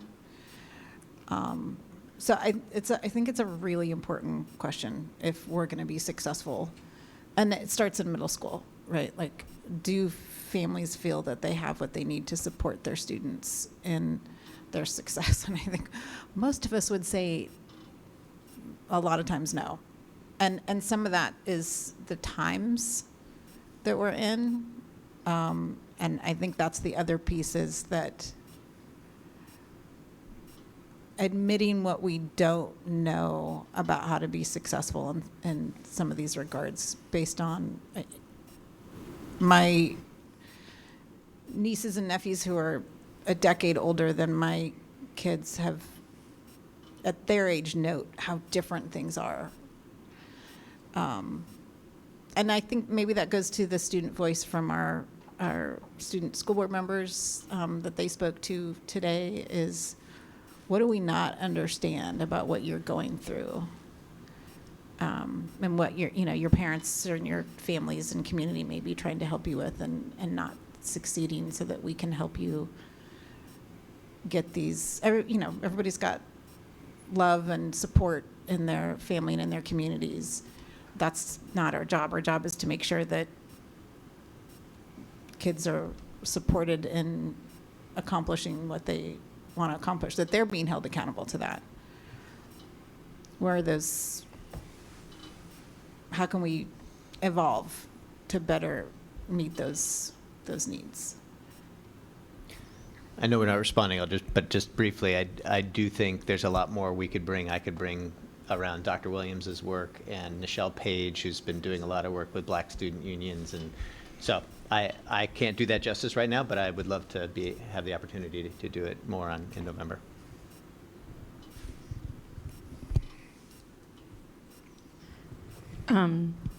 I would really be interested to know, or somehow see, kind of connected to what Director Hampson was just talking about not knowing what individual students are going through. And I would agree that it's not necessarily the job of our system or anyone in our system to individually identify replace parent or family or community support on that can get into people thinking their job is to care for a child and not to teach them, and caring for them is part of it, but it can't replace that our job is education. We can't say, well, I really cared about them and that's what they needed, and ignore that they also needed us to provide education and make sure that they could access it. So the kind of, I guess, wonky part that I'm wondering is, where's the relationship, or can we show a relationship of where legally required services are or aren't being met consistently? So I'm talking about students who are identified as qualifying for McKinney-Vento services, qualifying for English language supports, qualifying for special education in the foster system, any other, as there's, Native education, there's Title III money specifically for literacy support for Native identified students, regardless of their home language. So where are we, or are we not doing those things that we're actually required to do, that we can do in a caring way, but that sometimes get preempted by caring when actually a student very specifically qualifies for a certain service or support. So I just want to, and there's a lot of intersectionality between all of those groups and every student, but especially students furthest from educational justice. So I'm wondering if we may be kind of thinking about tier 1, tier 2, tier 3. If you have a student who qualifies for McKinney-Vento and are not receiving that identification or support, and we're going right to something else, when actually we were missing this level of supporting that student. How can we do, and making sure that students are properly identified so that they're getting all the supports they're entitled to, very specifically, that were intended to make sure that they succeed. All right. Thank you all very much. We sincerely appreciate it. Okay. We do not, okay. Moving into our board evaluation, we are starting our time use evaluation afresh this year. Thank you, Director Hampson, for agreeing to do, wait, I'm tripping. What?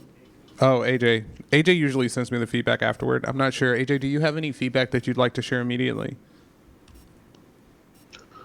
Just that you all have really grown in this practice and really did a great job this evening of not only dialing in on strategic matters rather than minutia, but also I particularly appreciated a couple of moments, I think, when I can only hear the voices. I can't see you all at the moment. And so I think it was Vivian and Leslie asked questions that really pushed in on the administration to further clarify and connect the dots between answers in this conversation and in previous conversations. That type of nudge is really healthy in conversations like this. And so just overall, just really strong work and a lot of growth on you all's part. Well done. Thank you. I also requested that AJ give us a refresher on just like quality of questions, but I think given that, we're pretty burnt, maybe we could do that next time at our monitoring session at the top and then go into the question asking. So we'll re-loop to that, but thank you as always, Brother Craybill. We will talk with you shortly. Okay. So board self-evaluation, time use evaluation. Director Hampson has agreed to do it for us this time. The way that we are going to do this year is that we are going to go, except for tonight, in order of district. So Director Hampson is going to kick us off, then District 1, 2, 4, 5, 6, 7, and then we're going to repeat. So that's going to be the easiest and most, I think, efficient way to get this done and to ensure that it gets done. So no more voluntelling, and it will allow you to know when your night is. So usually we will be going in order, but Director Hampson is going to kick us off, and then we'll loop back next time with District 1. Cool. Informational items. We have 2 written updates attached to tonight's agenda. The first is the monthly budget status report, and the second is the compilation of questions submitted in advance to today's meeting by board directors and staff responses received and posted earlier this week. If I'm not mistaken, we're going to be adjourning into a closed session. Is that still the plan? Okay. So there being no further business to come before the board, the regular board meeting is now adjourned at 7:33 p.m. And as I mentioned, we will be heading into a closed session across the hall. So I will see you there. Thank you very much. Have a good evening. Take care.